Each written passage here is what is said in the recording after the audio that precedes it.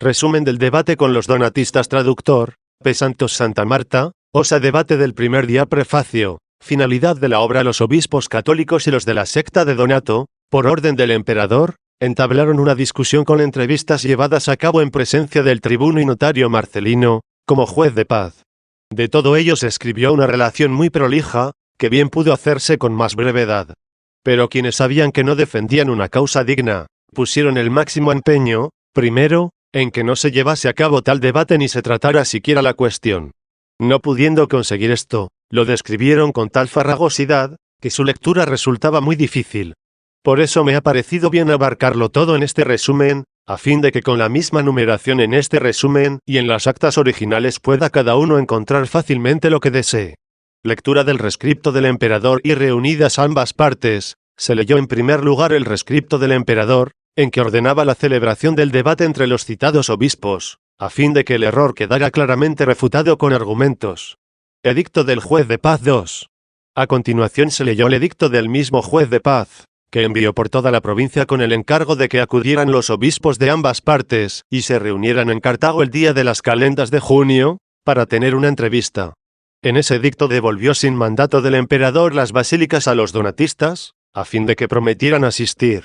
Con esta gracia los invitaba a conferenciar. Les ofreció, asimismo, en este edicto que eligiesen al juez que quisieran con él. Y juró que él juzgaría según las razones de la verdad.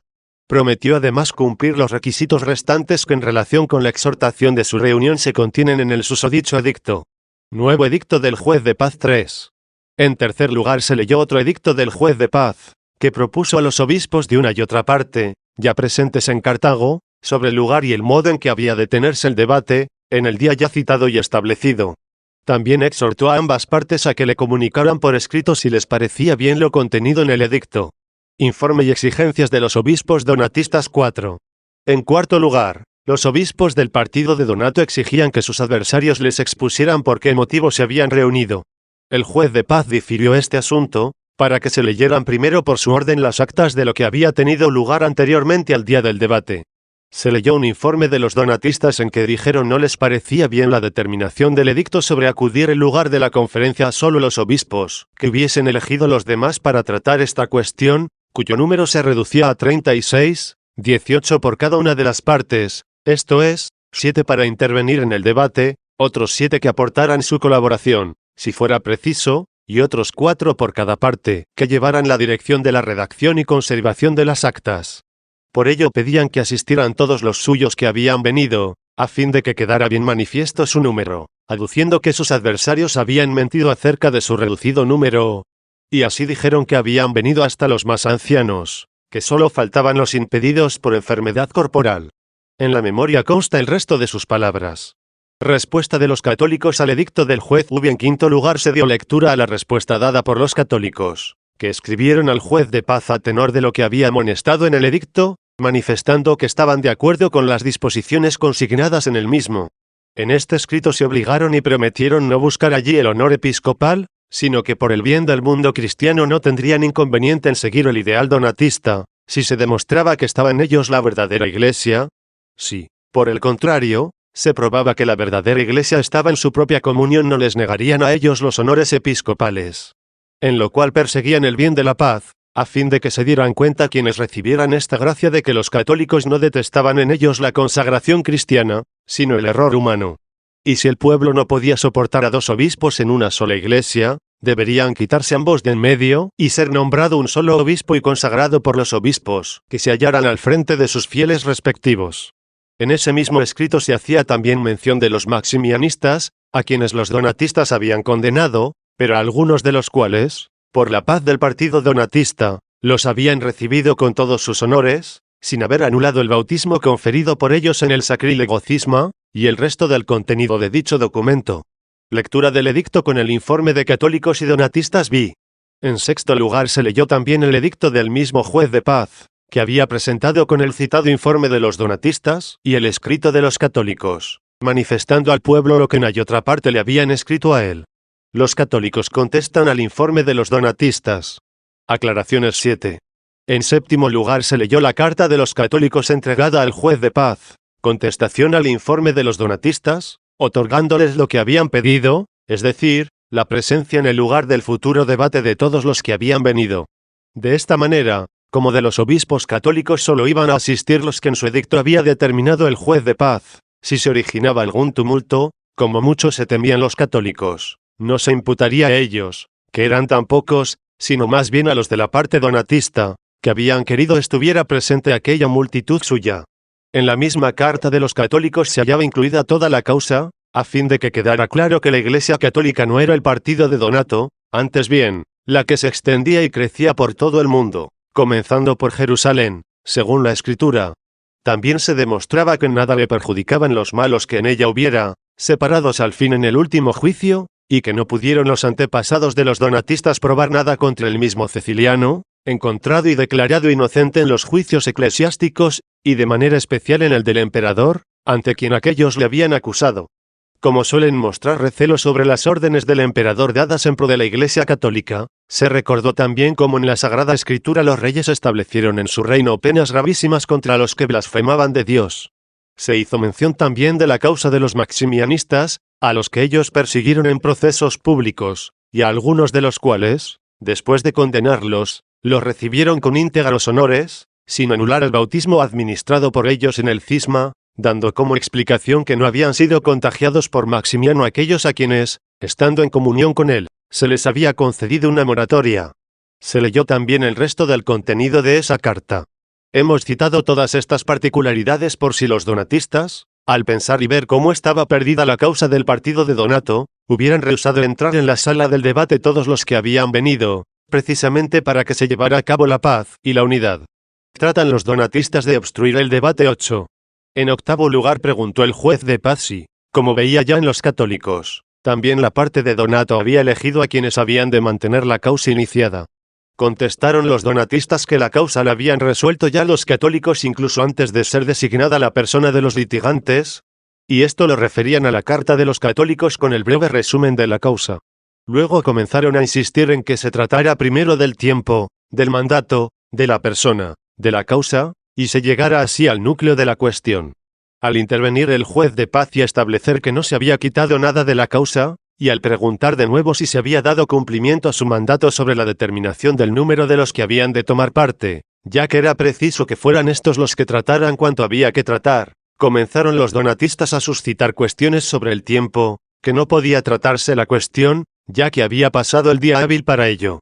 Decían que el día 19 de mayo se habían cumplido los 4 meses desde la fecha del edicto del juez de paz, que había enviado a la provincia, como contestó la oficina de información consultada al efecto. Y como el emperador había ordenado que la causa se ventilase dentro de los 4 meses, decían que era pasada ya la fecha, y pedían que se dictase sentencia contra los católicos por contumaces, como si los católicos estuviesen ausentes, o los donatistas hubieran comenzado a tratar la causa en ausencia suya, o los católicos no hubieran hecho caso del aviso y citación. Aducían estas calumnias y tergiversaciones, a las que no se hubiera concedido valor jurídico ni aun en el foro civil, como pretexto para que no se procediese a entrar en materia. Pero el juez de paz respondió a esto que, como ambas partes habían convenido en el 1 de junio, aunque alguna de ellas no hubiera acudido hasta entonces, se podía disponer aún de otros 2 meses, que en 3 edictos añadió el emperador como hábiles. 9. Dilación de los donatistas 9. En noveno lugar, al decir el juez de paz que la prescripción del tiempo para tratar la cuestión no era una objeción episcopal, sino más bien jurídica, vio la parte de Donato una oportunidad para decir que no se debía tratar con ellos una cuestión según el derecho público, sino según las divinas escrituras. Entonces preguntó el juez qué le parecía a cada una de las partes. Respondieron los católicos que ordenara se leyese el mandato del concilio católico en que se imponía a los contendientes elegidos el modo de proceder, que allí podía verse más claramente que debía procederse no con subterfugios forenses, sino ateniéndose más bien a los testimonios divinos. Se produjo un conflicto prolongado, insistiendo los católicos en que se leyera el mandato y recusándolo los otros. Al fin, rechazadas todas las discusiones dilatorias, el juez de paz ordenó leer el mandato. Se lee el mandato del Concilio Católico.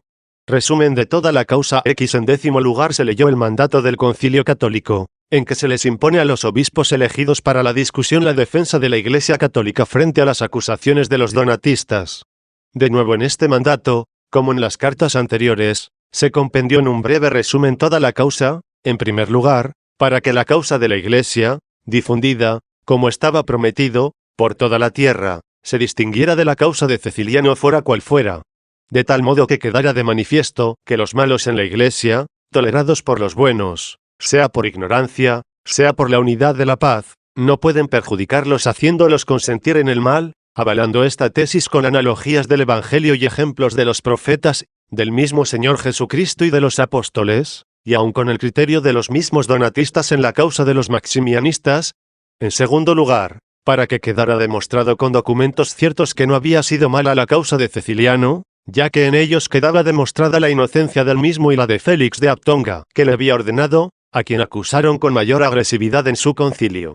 También se contienen allí las demás cuestiones sobre el bautismo, o sobre la persecución, que suele achacar a los católicos la parte de Donato. En efecto, se citó allí de nuevo, como en las cartas susodichas, la causa de los maximianistas, por la cual quedan convencidos, según su propio criterio, los donatistas de quitarle la fuerza a todas las acusaciones que suelen achacar a los católicos sobre el bautismo, sobre la persecución, sobre el contagio por la comunión. Se ordenaba también que si al presente quisieran reprochar a los obispos católicos acusaciones con el fin de imponer algún retraso, habían de diferirse para escucharlas y discutirlas después, a fin de concluir la causa que urgía en primer lugar. Esta medida, es decir, la de abarcar toda la causa en la carta anterior en este mandato, la tomaron los católicos con el fin de que los donatistas, según se sospechaba, no intentasen aducir argucias dilatorias, e incluso, si esto no se les permitía, se retirasen del debate. Así, aunque fuera en resumen, la causa de la Iglesia católica quedase para ser leída en la relación del proceso verbal. Era ella la que, al parecer, temían los donatistas, y por eso no querían comenzar el debate. Los donatistas exigen la comprobación de las firmas 11. En 11º lugar intervino el juez de paz diciendo que en el mandato de los católicos se habían expuesto más bien testimonios divinos que recursos jurídicos, y ordenó se leyesen los nombres de todos los firmantes.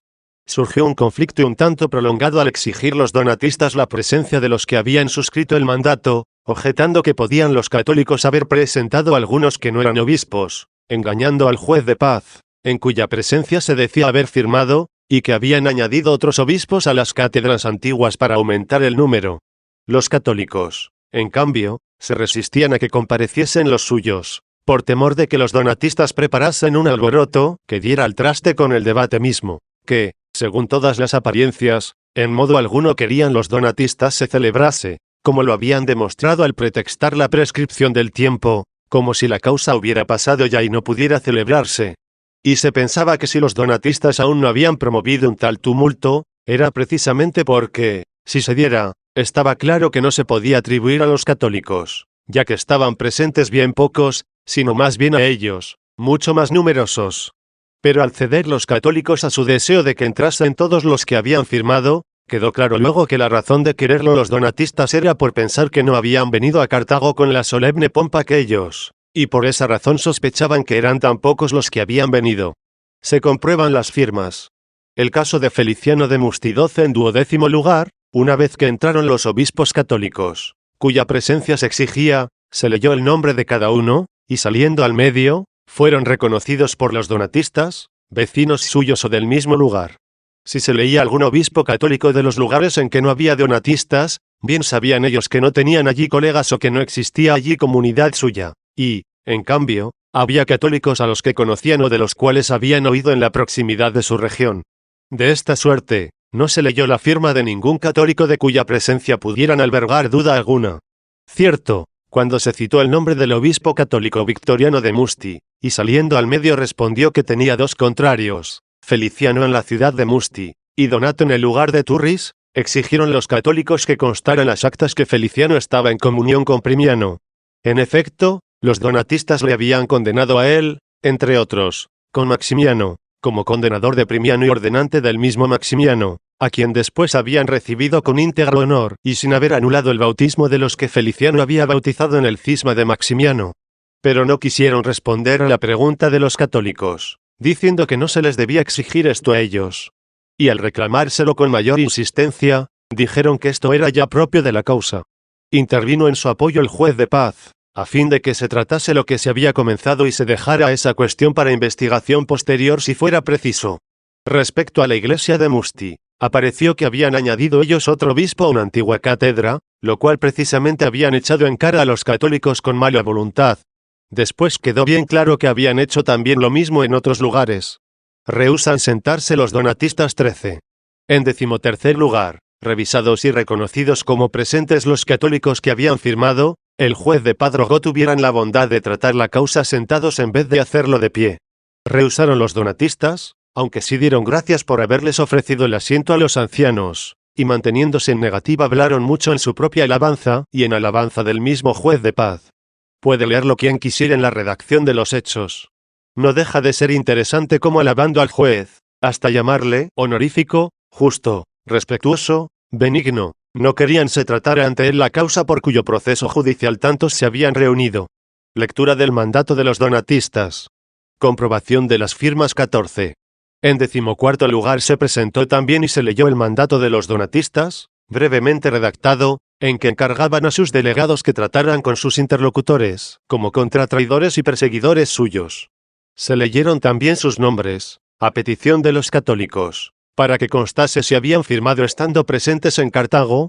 Lo cierto es que pusieron ellos aún mayor empeño en arrancar al juez de paz se hiciese esto, a fin de que apareciese el gran número de los suyos. Y esto demostraban quererlo con gran ahínco.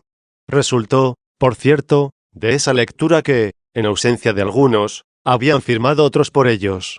Así como se encontró uno que, al no responder cuando citaron su nombre, dijeron que había muerto en el camino. Y al solicitar los católicos cómo pudo firmar en Cartago quien había muerto en el camino, fluctuaron largo rato sin saber qué responder. En efecto, primero dijeron que no se habían referido a ese mismo, sino a otro. Pero como los católicos pensaron que hablaban de otro, es decir, de un clérigo que pudo firmar por el muerto, se preguntó si el clérigo había firmado en su nombre o fue otro quien firmó en lugar del difunto. Mas luego respondieron que había suscrito él estando presente cuando se daba el mandato en el día 8 de las calendas de junio, pero como había firmado enfermo, había muerto en el camino al volver a su casa. Oyendo esto los católicos pidieron que se leyeran sus declaraciones anteriores, para que se viera claramente cómo cambiaban. Hecho esto y apareciendo la contradicción, preguntó el juez de paz si al menos podían confirmar bajo juramento que él se encontraba en Cartago cuando los obispos allí presentes mandaron firmar a sus colegas presentes. Entonces ellos, muy turbados, respondieron: ¿qué importa si uno ha sido sustituido por otro? Dejando al juicio de Dios esta falsedad descubierta, ordenó que se leyeran los otros nombres. Leídos los cuales, preguntó por el número de obispos de una y otra parte. Respondió el portavoz que los nombres de los obispos donatistas eran 279, incluidos aquellos ausentes por los cuales habían firmado otros y computado también el difunto. El número de católicos presentes era 286. No habían firmado 20, que, no obstante, aparecieron y salieron al medio, a excepción de aquellos que estaban retenidos por su enfermedad en Cartago, y manifestaron con su presencia que daban sus poderes y estaban de acuerdo con lo que se estaba tratando. En el lugar del debate, esto es, en las termas de Gargilio, lugar que al fin fue aceptado, de los católicos que habían firmado el mandato o se habían adherido con su presencia a lo que se trataba, solo faltaron los que se veían retenidos en Cartago por falta de salud. En cambio, de la lista que contenía los nombres de los donatistas no solo faltaban los que decían estar enfermos en Cartago, sino también aquellos que habían firmado por los ausentes de Cartago. Así, al jactarse los donatistas de su número, aparte de que quedó claro que habían venido a Cartago mayor número de católicos, dijeron estos que había otros 120 obispos, que no habían venido, unos por su ancianidad, otros por su enfermedad, y otros impedidos por diversas necesidades. Al oír esto los donatistas, contestaron que tampoco muchos más de los suyos habían venido a Cartago y que tenían muchas de sus iglesias huérfanas de obispo, cuando en realidad, en la memoria que habían entregado al juez de paz, dijeron bien claramente que hasta tal punto habían venido todos a Cartago, que ni la edad ni el trabajo pudo impedir siquiera a los más ancianos, y que solo se habían quedado sin venir los que se veían presa de precaria salud en sus sedes o en el camino. También acerca de las sedes que dijeron huérfanas, respondieron los católicos que entre ellos había también 60 para las que no habían sido nombrados obispos sucesores. Por ello en estas firmas de ambas partes quedó constancia de que se habían descubierto falsedades en los donatistas, y que era menor el número de sus obispos. En efecto, solo habían dejado de venir a Cartago los enfermos, por los cuales Al enfermar en el camino, habían firmado otros, y la relación de todos los nombres, incluidos también aquellos por quienes habían firmado otros, sumaba el número de 279, y no es creíble que muchos más de 120, esto es, la tercera parte de todos ellos, hayan podido estar enfermos en sus sedes, y por eso no hubieran venido a Cartago. Se aplaza el debate para 2 días después 15. En 15º lugar, salidos todos los que nada tenían que hacer allí, y quedando los que unos y otros habían elegido como necesarios. Como el día parecía ya terminado, con el consentimiento de todos se aplazó el debate para 2 días después. Debate del día segundo. Los donatistas rehúsan sentarse con los católicos y, en primer lugar, al reunirse 2 días después en el lugar citado, como se había convenido y determinado, de nuevo hizo el juez de paz el ofrecimiento y el ruego de que se sentaran. Se sentaron los obispos católicos, pero rehusaron los donatistas. Para tal negativa adujeron, entre otras cosas, que se les mandaba en la escritura no sentarse con gente de esa clase. A lo cual no respondieron de momento los católicos para no ocasionar demora, dejándolo para lugar más oportuno en el debate del tercer día. Entonces respondió el mismo juez de paz, que también cumpliría su misión en pie. Piden los donatistas se les muestra el mandato de los católicos 2. En segundo lugar se leyó la demanda que habían entregado el día antes, pidiendo se les mostrase el mandato de los católicos, con cuyo examen cuidadoso pudieran asistir instruidos el día señalado, ya que los escribanos no podían presentarse con la redacción de los hechos. Respondió el juez de paz a la misma reclamación mandando se hiciera lo que pedían. Dificultades donatistas sobre las firmas. Debate prolongado 3. En tercer lugar preguntó el juez de paz que respondían sobre las firmas, esto es, si les parecía bien lo que había propuesto en el edicto sobre que cada uno firmase sus propias intervenciones. Respondieron los católicos que a esto ya habían dado su consentimiento por escrito. Los donatistas, en cambio, dijeron que se sentían muy contrariados, ya que no era esta la costumbre. Y al preguntarles el juez de paz si les eran suficientes los responsables que se habían dado de una y otra parte para redactar las actas, comenzaron a pedir demora a fin de que se les mostrasen las actas redactadas, y que entonces responderían. Se originó un largo debate con ellos, leyéndoseles una y otra vez, según los registros, el consentimiento que habían dado para que se tratase aquel día la cuestión. Alegando que desconocían la escritura tomada, pidieron se les diera antes una copia de las actas. El juez, porque no se tornaran ahora contra lo que habían acordado, mandó se trajeran los códices, que se guardaban bajo sello y se les leyera lo que habían escrito sus propios secretarios. Como no cesaban de quejarse de la publicación de las actas, por no haber llegado los secretarios a redactar todo el proceso, se les respondió que en su demanda habían solicitado una copia del mandato de los católicos precisamente para acudir ya instruidos este día, puesto que los secretarios no habían podido acabar de redactar las actas. Y no teniendo nada que contestar, trataron de suscitar de nuevo que había prescrito ya el día, a lo cual ya antes se les había dado cumplida respuesta y se había zanjado la cuestión el primer día. Entonces también los católicos les respondieron a esto, que no solo en el edicto del juez se leía el día 1 de junio como día señalado, sino también ellos mismos habían redactado su demanda el 25 de mayo, habiendo ya pasado el día en que decían debía haberse celebrado la causa, el día 19 de mayo. Se les añadió también que el mismo Primiano había prometido acudir el día 1 de junio.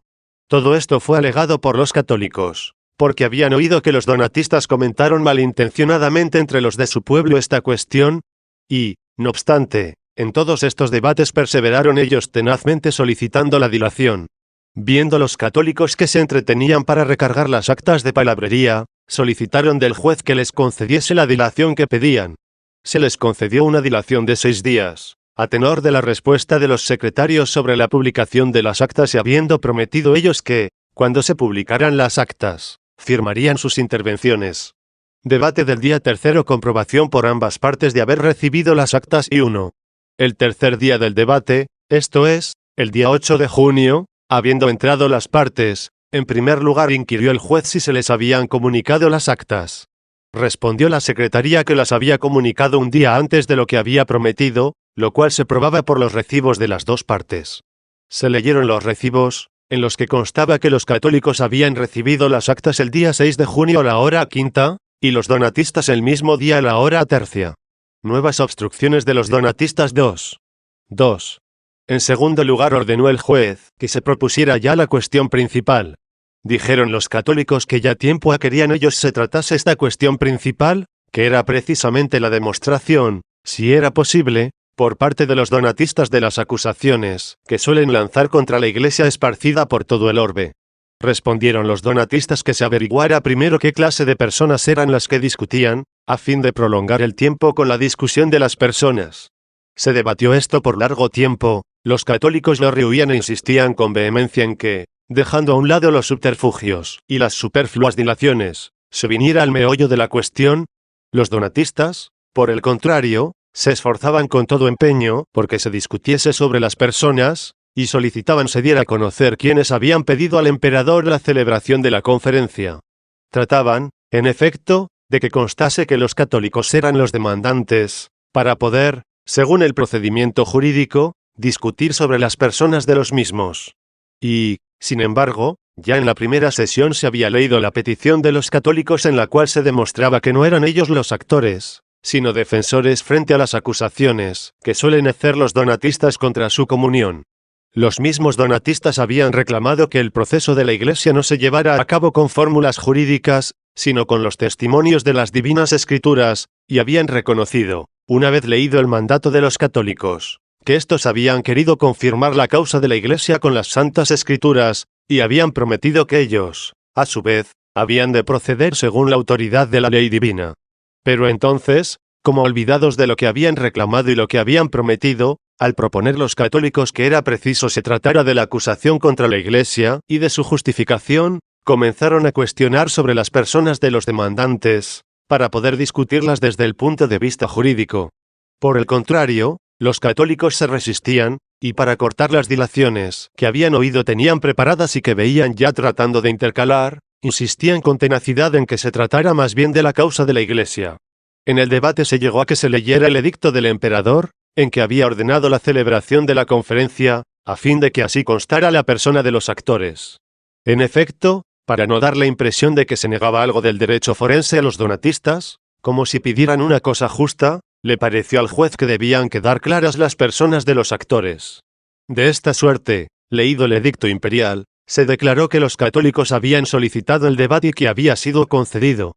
Entonces los donatistas comenzaron a pedir también la súplica con la que habían solicitado el debate. Al responderles el mismo juez que en un rescripto pragmático no solía insertarse la súplica, acudieron a otro recurso, que les manifestasen y declarasen el mandato de los católicos en que habían solicitado del emperador el debate, y los legados que habían enviado para conseguir esto. Afirmaban que debían discutir entre sí cuál era el texto del mandato y cómo podían encontrar en él lo que de ellos habían dicho los católicos al emperador. Los católicos vieron claro que esta investigación no tenía otro objeto que encontrar ocasiones de introducir dilación y retrasos considerables de tiempo, y así afirmaban que lo que solicitaban no pertenecía en modo alguno a la causa, ya que el mismo emperador había reconocido bien claramente su petición del debate, al asignarle un juez, a fin de que sus pretensiones quedaran bien refutadas por la evidencia de la razón. Así apremiaban con urgencia que, desechada toda interposición de dilaciones y la solicitud de interponer otras, se tratara más bien de lo que había mandado el emperador tratar en esta reunión, que constaba se le había solicitado a él y la había concedido. Discusiones sobre la pertenencia del nombre católico 3. Durante estos debates también se intercambiaron por una y otra parte palabras y objeciones acerca del nombre de católico, sobre quién lo poseía con más derecho. Pero se dio la orden de que se ciñeran más bien al tema principal. Repetidos varias veces esos conceptos, al hacerse mención del nombre de católico y afirmar los donatistas que la católica estaba más bien entre ellos, intervino el juez diciendo que, sin prejuzgar a nadie, él no podía de momento llamar católicos sino a los que así llamaba el emperador, que le había hecho juez. Y, por lo tanto, los donatistas, cuanto más persistían en la afirmación de que ellos eran los católicos, tanto más debían dejar a un lado la interposición de dilación alguna y tratar la cuestión en que podían demostrar que les competía más bien a ellos ese nombre. Después de dilaciones tan prolongadas y de tantas intervenciones del juez contra ellos, exigiendo que se viniera al fondo de la cuestión y atestiguando que, sobre las personas de los legados, o sobre el encargo que se les había confiado, ni tenía que ver nada con la causa, ni se le había encargado investigación alguna a este respecto. Después de todo esto, los donatistas dijeron que, si los católicos no querían obedecer a lo establecido en lo referente a la identificación de los legados o del mandato a ellos dado, que al menos declarasen si asumían la posición de demandantes. Los católicos se quedaron sorprendidos ante la afirmación de los donatistas de que no obedecían en la presentación del mandato de los delegados, cuando era contra ellos precisamente contra quienes se había pronunciado el juez en muchas intervenciones. Así, preguntaron los católicos a qué determinación no habían obedecido. Al no responder los donatistas, intervino el juez ordenando que los católicos respondieran a la pregunta de los donatistas sobre su posición como demandantes. Contestaron los católicos que ellos proponían que se demuestren o se anulen las acusaciones que los donatistas suelen objetar contra su comunión, y así se podrá justificar o enmendar la separación de los donatistas. Exigió entonces el juez una respuesta de los donatistas, cuya contestación fue la siguiente: los africanos que se llaman católicos quieren defender una causa ajena, esto es, la Iglesia del mundo entero, sobre la cual no se debe prejuzgar nada, ya que esta cuestión se ventila entre los africanos, y se debe dejar en suspenso de momento a la Iglesia transmarina, dado que los que salgan vencedores serán los que pertenecen a ella y los que lleven el nombre de católicos. Pero al fin de su alegato pidieron de nuevo que se les contestase sobre la persona del demandante. Contestaron brevemente los católicos ambas cuestiones. Sobre la cuestión de la persona ya se resolvió en el juicio primero y segundo, y que ellos, no los donatistas, son los que se hallan en comunicación con la Iglesia extendida por todo el orbe, de la que da testimonio la Divina Escritura, y por eso justamente son y se llaman católicos.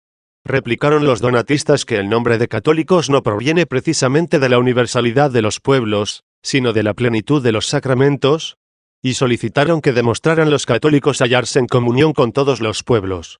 Aceptaron esto los católicos con inmensa satisfacción, y solicitaron se les permitiera demostrarlo.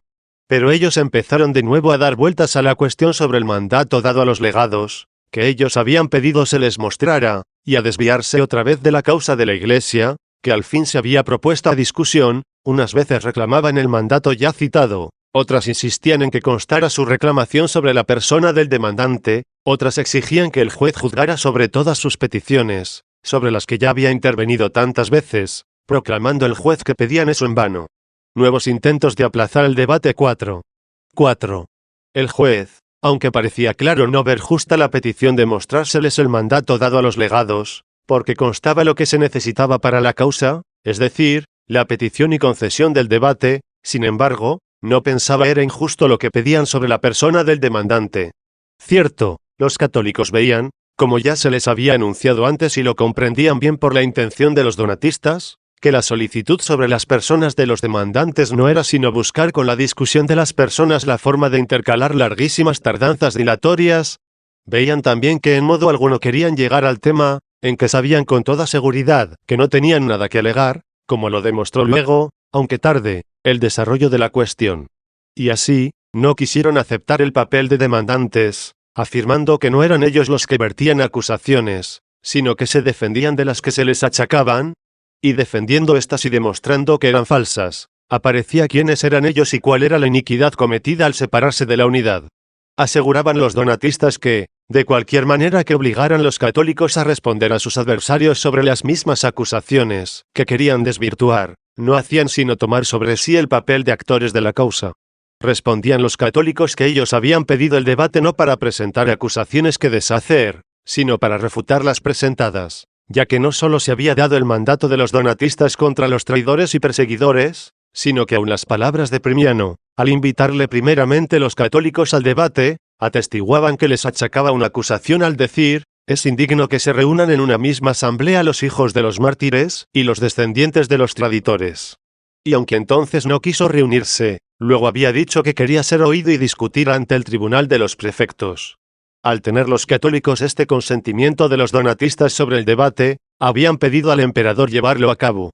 Dificultades de los donatistas a la lectura de las actas de la prefectura. 5. Mandó el juez en este momento que probaran los donatistas las acusaciones que habían presentado y que se dejase a un lado la cuestión del demandante del debate solicitado, si se probaba que ambas partes lo habían pedido.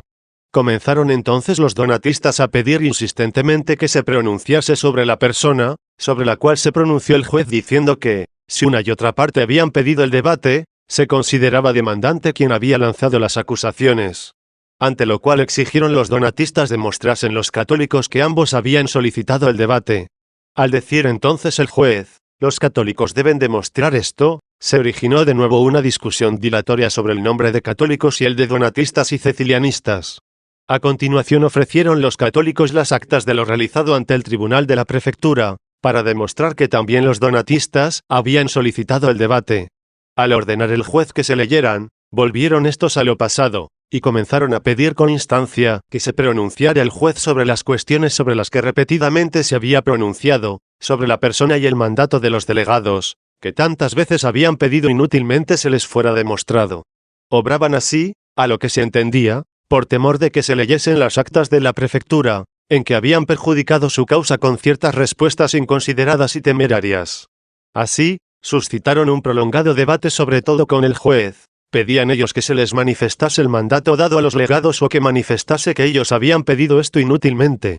El juez, en cambio, decía que él ya lo había declarado y declaraba que esto no tenía nada que ver con el juicio presente, donde se declaraba mediante rescripto imperial lo que se había pedido y lo que se había concedido. Al fin, por orden suya, comenzaron a leerse las actas de la prefectura. Pero nada más terminar de leer la fecha y los cónsules, de pronto interrumpieron otra vez los donatistas y comenzaron a renovar sus peticiones pasadas. Al intervenir el juez y ordenar que se leyeran las actas, a fin de que quedara constancia sobre la persona del demandante, comenzaron otra vez desde el principio a decir que había actas anteriores cuya lectura tenía preferencia. Los católicos replicaron que el oponerse a la lectura de las actas de la prefectura era porque temían en ellas sus propias declaraciones. Conflictos en la lectura de las actas V6.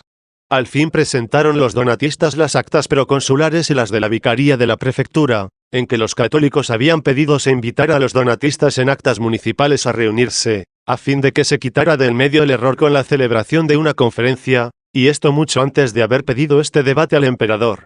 Con estas actas querían demostrar que los católicos asistían como demandantes, ya que allí habían dicho que los donatistas eran herejes y cometían muchos crímenes contra las leyes divinas y humanas. Frente a esto, decían los católicos que habían solicitado aquella conferencia para responder en nombre de la Iglesia contra sus acusaciones. Así, pidieron una y otra vez que, si se habían de leer las actas, que constaba eran anteriores, debían leerse más aquellas en que los donatistas enviaron primeramente con una acusación la causa de Ceciliano al emperador Constantino por medio del procónsul Anulino. Así que por la lectura de las cartas que presentaban ellos, no se leyeron las de la prefectura que habían comenzado a leerse.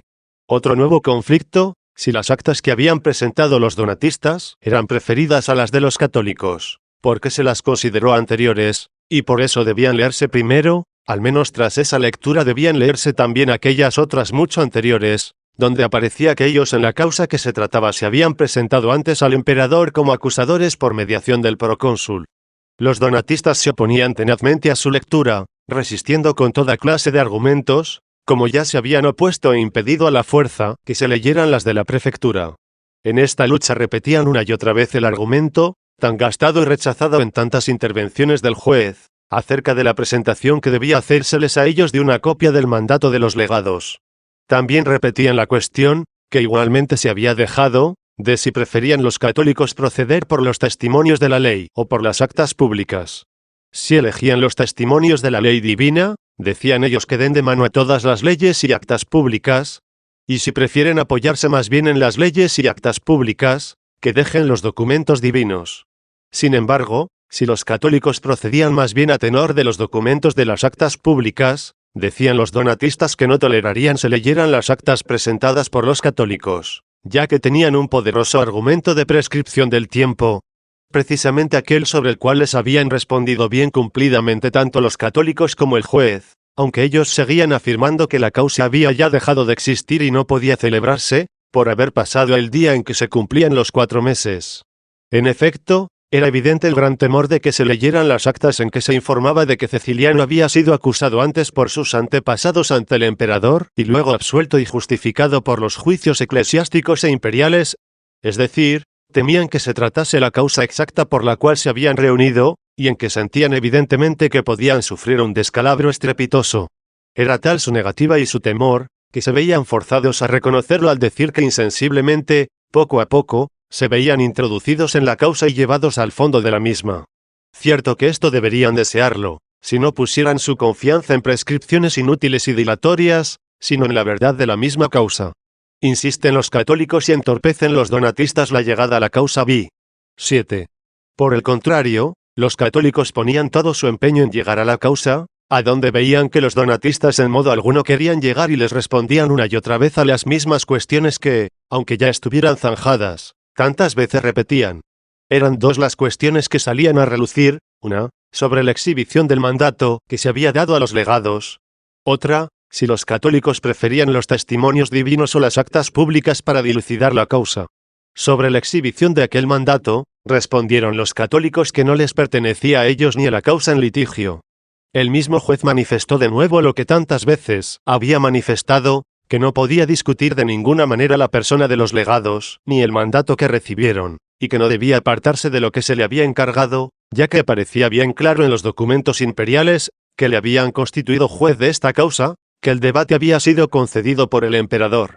Sobre la otra cuestión, en que preguntaban si los católicos elegían los testimonios divinos o las actas públicas, una y otra vez respondieron los católicos, si los donatistas no lanzaran acusaciones contra las personas, que acostumbraban a lanzar como contra traidores, sino que se tratase solamente de cuál era o dónde estaba la Iglesia, entonces ellos no acudirían a las actas públicas, sino solamente a los testimonios de las divinas escrituras.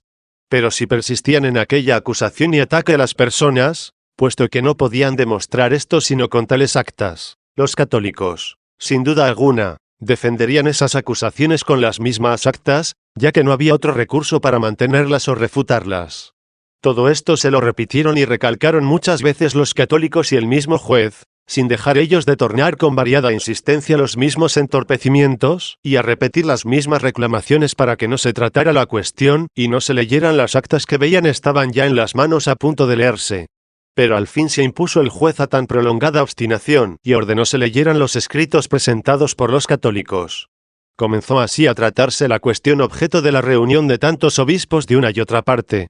Bien sorprendente fue que, cuando los donatistas a toda costa insistían en la búsqueda de la persona del demandante con el fin de que no se llegara al meollo de la cuestión, esa búsqueda del autor de la demanda hizo de pronto que la causa entrara en pleno debate.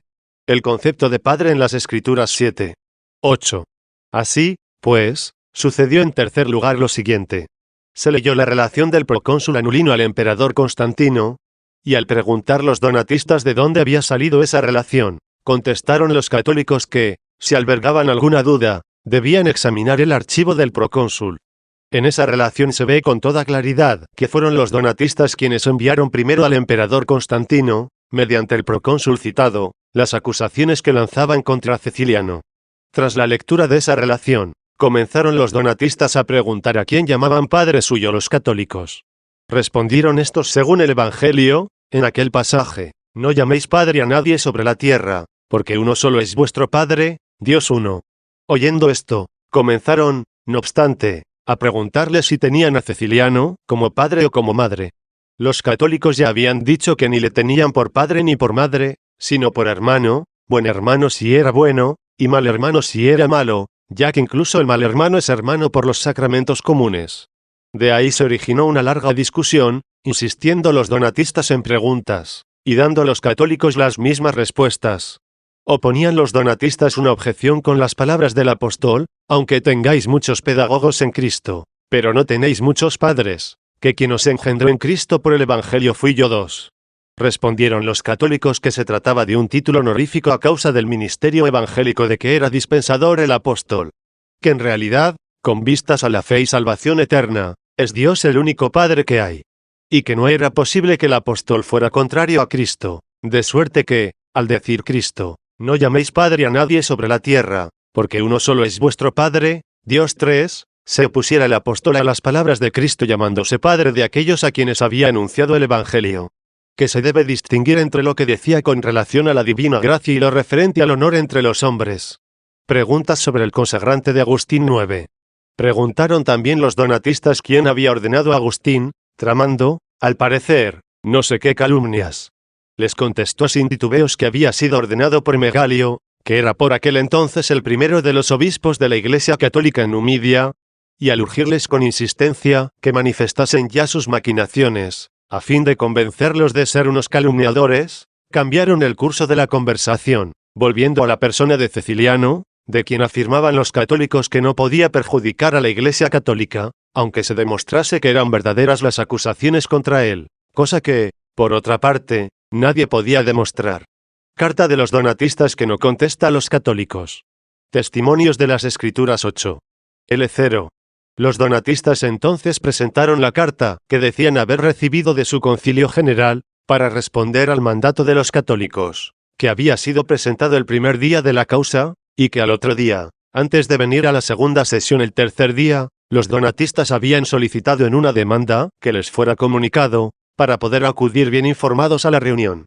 Y quizá fue con motivo de redactar diligentemente esta carta por lo que pidieron en la segunda sesión aquella dilación de 6 días, que se les concedió. En cuarto lugar se dio lectura a la citada carta de los donatistas, en que trataban de responder al mandato de los católicos, que se insertó en las actas de la primera sesión. No pudieron responder a ese mandato, puede cerciorarse de ello quien desee leer con atención ambos documentos. Primeramente, no quisieron tratar los donatistas detenidamente ni siquiera abordar los testimonios tomados de la ley y los profetas, de los salmos, de las lecturas apostólicas y evangélicas, en que se demuestra que la Iglesia católica se ha esparcido por todo el mundo comenzando por Jerusalén, desde donde, extendiéndose a los lugares próximos y remotos, llegó hasta África y otros lugares y ciudades por donde se dilató desde los comienzos, y en los cuales se fundaron, mediante el esfuerzo apostólico, muchas iglesias pertenecientes a la única Iglesia católica, con las cuales sabido es que no están en comunión los donatistas. No se atrevieron ellos en su carta tan prolija a presentar testimonio alguno tomado de las Santas Escrituras, para asegurar que la Iglesia del partido de Donato había sido predicha y anunciada, mientras que los católicos citaron tantos en pro de la Iglesia en cuya comunión se hallan, y que comenzando por Jerusalén se extiende por el mundo entero. No aludieron los donatistas a esta abundancia de testimonios, sino que los pasaron por alto, como si no se hubieran citado en el mandato de los católicos al que parece respondían. En cambio, trataron de mostrar con muchos pasajes de las divinas escrituras que la Iglesia de Dios anunciada sería una iglesia sin mezcla de hombres malvados. Claro que, al llegar después a la parábola evangélica, citada por los católicos de las redes echadas al agua, en las que dijo el Señor se reunían toda clase de peces, y que la separación de buenos y malos se hacía en la orilla, es decir, al final de los siglos, entonces ellos también reconocieron que en la Iglesia había malos mezclados, al menos ocultos. En cambio, de la cizaña afirmaron que no estaba mezclada en la Iglesia, sino en el mundo, ya que dice el Señor, el campo es el mundo 4. Sobre la era, en la cual dijeron los católicos que se hallaba mezclada la paja hasta el tiempo de la bielda, ni siquiera intentaron exponer esta semejanza, como si no hubiera nada en el Evangelio sobre ella. Al contrario, como si fuera una invención de los católicos, no hicieron más que reprenderla sirviéndose del testimonio del profeta Jeremías, que dice: ¿qué tiene que ver la paja con el grano? 5y no prestaron atención a la intención del profeta, que no hablaba de la Iglesia, sino de las visiones divinas de los profetas y de los sueños humanos, que no admiten parangón. Tampoco quisieron tocar la parábola de las ovejas y los cabritos, que se apacientan juntos y serán separados al fin de los siglos, la cual habían citado entre otras los católicos tomándola del Evangelio. Claro, en ella no podían decir siquiera que los pastores ignoraban que los cabritos estaban en los pastos comunes, como habían dicho que dentro de las redes en el mar los pescadores no veían los peces malos. Los donatistas, sin réplica ante los casos del obispo Cipriano y de los maximianistas 11.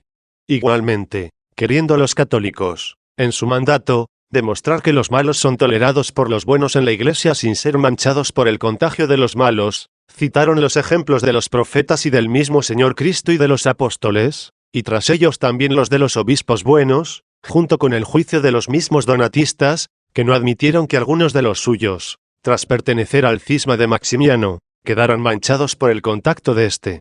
Los donatistas, al intentar responder en su carta a todo esto, hablaron algo sobre los profetas, sobre Cristo el Señor y sobre los apóstoles.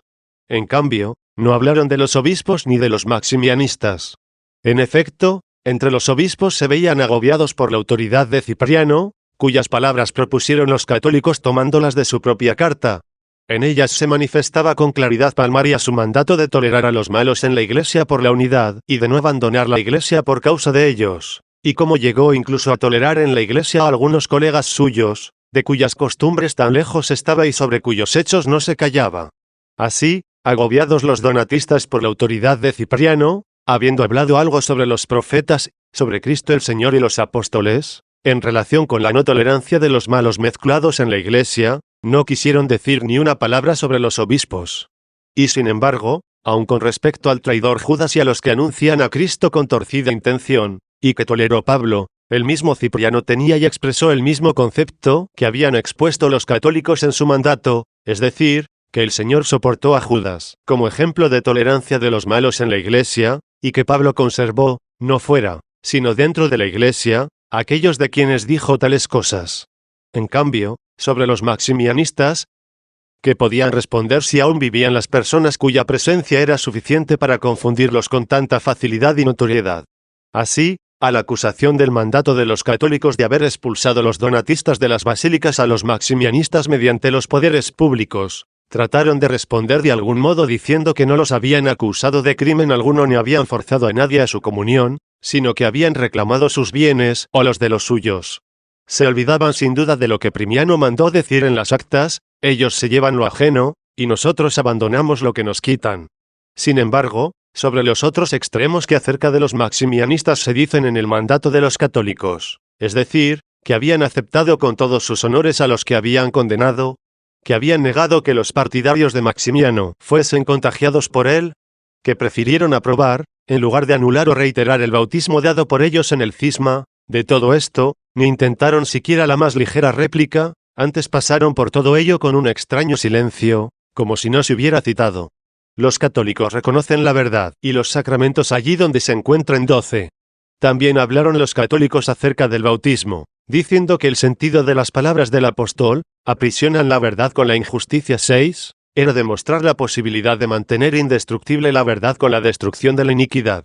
Esto, o no lo entendieron, o trataron de oscurecer lo que habían entendido, a fin de que no fuera entendido por otros, afirmando que el apóstol había dicho esto en relación con el error de los gentiles, como si perteneciera a la sustancia de qué error hablaba, cuando en realidad manifiesta que puede ser retenida la verdad en la iniquidad, de suerte que, si se hallaban estos dos extremos en un hombre, quede aprobada la verdad y corregida la iniquidad.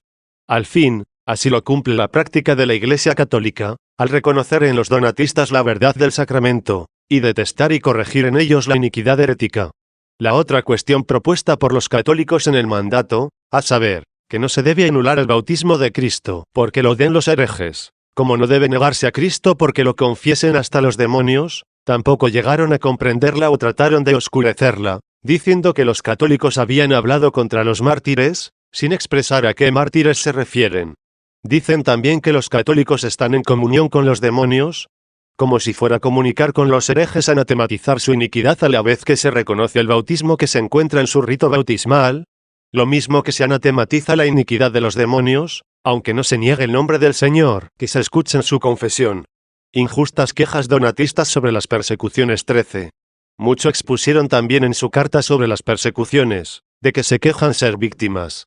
Y sin embargo, no se atrevieron a responder a lo que se dijo en el mandato de los católicos, es decir, que fueron los primeros en acusar a Ceciliano ante el emperador Constantino, ellos que se quejan de las leyes del emperador, tratando de achacar a la envidia de los católicos tanto los muertos que sus circunceliones se causan a sí mismos como las calamidades que de parte de las leyes y reglamentos del Estado soportan, no precisamente por la comunión de Donato, sino por los crímenes en que furiosamente se debaten y detestablemente viven. También tuvieron la osadía de recordar lo de la ciudad de Bagaí, donde es pública la enormidad de los males que cometieron y la insignificancia de las penas que por ellos sufrieron. No se prueba la culpabilidad de Ceciliano y Félix XIV. Hay otro punto en el mandato de los católicos, lo que se dijo de la justificación y absolución de Ceciliano y Félix de Abtonga, sobre cuyos crímenes solían concitar ante los ignorantes gran odio contra los católicos. A pesar de concentrarse en eso el meollo de la causa por la que habían venido, no quisieron, sin embargo, responder nada en su tan voluminosa carta. En efecto, en lo mismo que decían y pretendían apoyar con testimonios divinos, es decir, que no debían tolerarse los malos en la Iglesia, sino apartarse de ellos para evitar contagio de los pecados, en eso mismo demostraban expresarse como si confesaran que nadie podía mancharse con los pecados ajenos que se desconocían. Esto ni más ni menos es lo que habían dicho de los peces malos, como los pescadores no los ven cuando aún están ocultos entre las olas, aunque estén ya dentro de las redes, así los sacerdotes no conocen a los malos ocultos en la Iglesia, y por eso no son en modo alguno manchados por ellos. Y sin embargo, en carta tan interminable y redactada tras una dilación tan grande no intentaron aducir una prueba, por débil o superficial que fuera, sobre el punto más importante del mandato de los católicos, demostrar que no solo eran verdaderos los crímenes de Ceciliano, lo cual sería poco, sino que pudieron ser demostrados y conocidos de la Iglesia, que se extiende por todos los pueblos hasta los confines del orbe, de suerte que, en consecuencia, al menos según su lógica, pudiera manchar por el contagio de los pecados conocidos. Controversia sobre el término mundo 9. 15. Terminó la lectura de la carta de los donatistas, y quiso el juez que se leyeran también los escritos que habían presentado los católicos. Pero los donatistas comenzaron a pedir que se contestara a lo que habían escrito ellos, lo cual también fue del agrado de los católicos, a fin de que no quedara aquella carta como si no pudiera ser contestada. Pero al comenzar la respuesta de los católicos, se pusieron a interrumpir y alborotar los donatistas, a fin de que no discurriera serena la palabra del que respondía, como había discurrido la lectura de su carta sin la menor interrupción. Querían los católicos demostrar cómo debían entenderse los divinos testimonios citados tanto por ellos como por los donatistas, para no aparecer en contradicción, siendo todos divinos y debiendo estar concordes. Y comenzaron a hablar de la parábola de la era. Interrumpieron los donatistas diciendo que no se hallaba nada escrito en el Evangelio sobre la era. Y al citar los católicos el lugar del Evangelio, interrumpieron de nuevo y dijeron que los malos ocultos eran la paja, que se sometería luego a la bielda. A continuación, entre los alborotos y las interrupciones que producían, comenzó una disensión sobre la cizaña y el trigo a causa del nombre de mundo, que los donatistas no querían se aplicara a la Iglesia, ya que está escrito, el campo es el mundo 7. Citaron a continuación muchos otros testimonios, en los que la Santa Escritura identificaba el mundo con los malos, como, por ejemplo, si alguno ama al mundo, no está en él la caridad del Padre 8, y otros por el estilo, como queriendo demostrar con ello que no pudo de ninguna manera ser designada la Iglesia por el nombre de mundo. Los católicos presentaban otros pasajes en que la palabra mundo quedaba claro que tenía un sentido bueno, como, por ejemplo, Dios estaba en Cristo reconciliando al mundo consigo 9, y otros por el estilo, en que se hace referencia a la Iglesia, que está reconciliada por Cristo con Dios. Así seguía la discusión, esforzándose los católicos en continuar sin interrupción su exposición y promoviendo alborotos los donatistas para estorbarle, no poniendo freno a sus respuestas, como habían hecho los católicos mientras se leía la carta de ellos, sino intercalando continuas contradicciones, para impedir se desarrollase tranquilamente la exposición de los católicos. La Iglesia temporal y la Iglesia eterna 16. Así, pidiendo con insistencia a los católicos que tuvieran paciencia y consiguiéndolo a duras penas con las muchas intervenciones del juez, lograron responder a su carta, y demostraron con muchos pasajes y ejemplos de las Santas Escrituras, que los malos al presente están tan mezclados en la Iglesia, que aunque la disciplina eclesiástica debe vigilar a fin de corregirlos no solo con palabras, sino también con excomuniones y degradaciones, sin embargo, se les desconoce por estar ocultos en ella e incluso la mayor parte de las veces, aunque sean conocidos, deben ser tolerados en atención a la paz y la unidad. Demostraban la concordia de los testimonios divinos en el sentido de que aquellos pasajes en que se presenta a la Iglesia con mezcla de los malos, se refieren al estado actual, y los otros en que se nos presenta sin mezcla de malos significan cómo estará ella para siempre en el futuro. Como al presente es mortal, consta de hombres mortales, entonces será inmortal, cuando no muera ya nadie en ella. Al igual que el mismo Cristo fue por ella en este mundo un hombre mortal, y no muere ya después de su resurrección, ni estará sometido al dominio de la muerte, esto se lo concederá también a su Iglesia al fin de los siglos.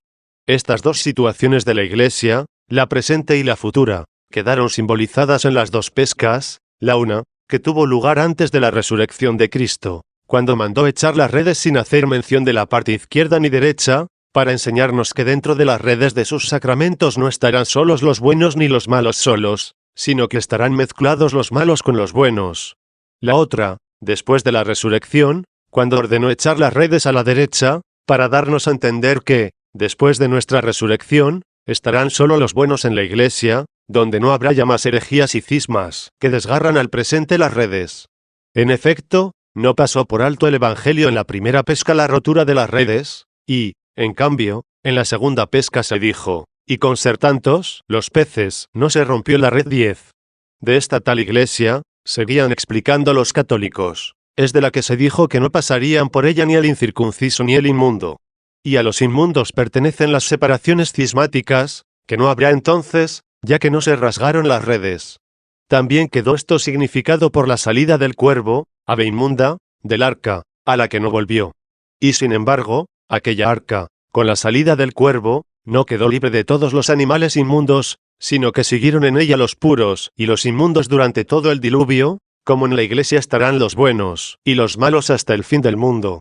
Pero así como Noé ofreció un sacrificio de animales puros, no de los impuros, de la misma manera no son los malos que hay en la iglesia, sino los buenos, los que llegan al reino de Dios. Testimonios de los profetas sobre la mezcla de buenos y malos 17. Sobre los profetas dijeron los donatistas, que no habían comunicado con aquellos contra quienes lanzaron tamañas acusaciones. Respondieron los católicos que hubo solo un templo del cual se servían todos, y que ninguno de los profetas que acusaron a los malos de tantos crímenes, se fabricó para sí otro templo, otros sacrificios, otros sacerdotes. Los donatistas habían citado en su carta testimonios de las Escrituras para demostrar que los hijos participan también en los pecados de sus padres, cuando en realidad esto nunca se entendió justamente sino de los hijos, que imitaban las iniquidades de sus padres. Esta fue la respuesta de los católicos, a pesar de tan grandes y duros reproches de las divinas letras contra aquel pueblo, que mencionan los donatistas también en su carta, hasta el punto de parecer que no había quedado ni uno solo bueno. No solo vivieron allí esos mismos santos profetas, sino que de allí surgieron también los que el mismo Señor encontró dignos de alabanza en la venida de su carne mortal, como fueron Zacarías e Isabel, su hijo Juan, el viejo Simeón y la viuda Ana. De todo ello parece claro con qué impiedad y cuán calumniosamente echaban en cara los crímenes de Ceciliano a los católicos esparcidos por todo el mundo, cuando no se podía echar en cara a Simeón, Ana y a los demás parecidos a ellos los crímenes del pueblo en que habían nacido y cuyos sacramentos los habían santificado, crímenes que había reprochado a ese mismo pueblo no la opinión humana, sino la palabra divina. Se mencionó también el testimonio profético sobre la señal con que se marcó, para que no perecieran con los malos, a los que lloraban las maldades que se cometían en medio de ellos. Y, sin embargo, no fueron separados corporalmente. Separación espiritual, no corporal 18. Entonces se hizo mención de la separación que deben practicar los buenos con relación a los impíos y pecadores para no comunicar en los pecados ajenos, es decir, debe ser una separación del corazón, una diferencia de vida y costumbres. Y así debía entenderse lo que está escrito: retiraos, retiraos, salid de ahí, no toquéis nada inmundo 11, o sea, separaos viviendo de otra manera, y no consintáis en su inmundicia. También se dio entonces respuesta muy oportuna a los donatistas cuando les pedía el juez que se sentaran, y contestaron que estaba escrito que no debían sentarse con esa gente. Hicieron notar los católicos, al responder a su carta, que la separación actual de los malos no debía ser interpretada como habían entendido ellos, al no sentarse con los católicos como impíos, en cumplimiento de lo que está escrito: no me senté en el concilio de los impíos 12. En efecto, si los tenían por impíos, no debieron hacer tampoco lo que se prohíbe a continuación del mismo salmo: ni entraré con los que obran la maldad 13.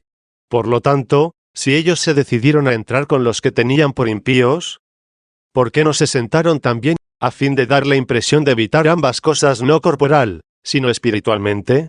Otro asunto que se mencionó fue la causa de los maximianistas, que tantas veces se les había reprochado. En esta causa dijeron que ni ellos ni los que estuvieron en el cisma de Maximiano, a quienes habían concedido una moratoria y cómplices asimismo en la condenación de Primiano, habían contraído mancha alguna con su contagio. Y, sin embargo, pretendían que el orbe cristiano, hasta los confines de la tierra, había perecido por el contagio de los crímenes de Ceciliano.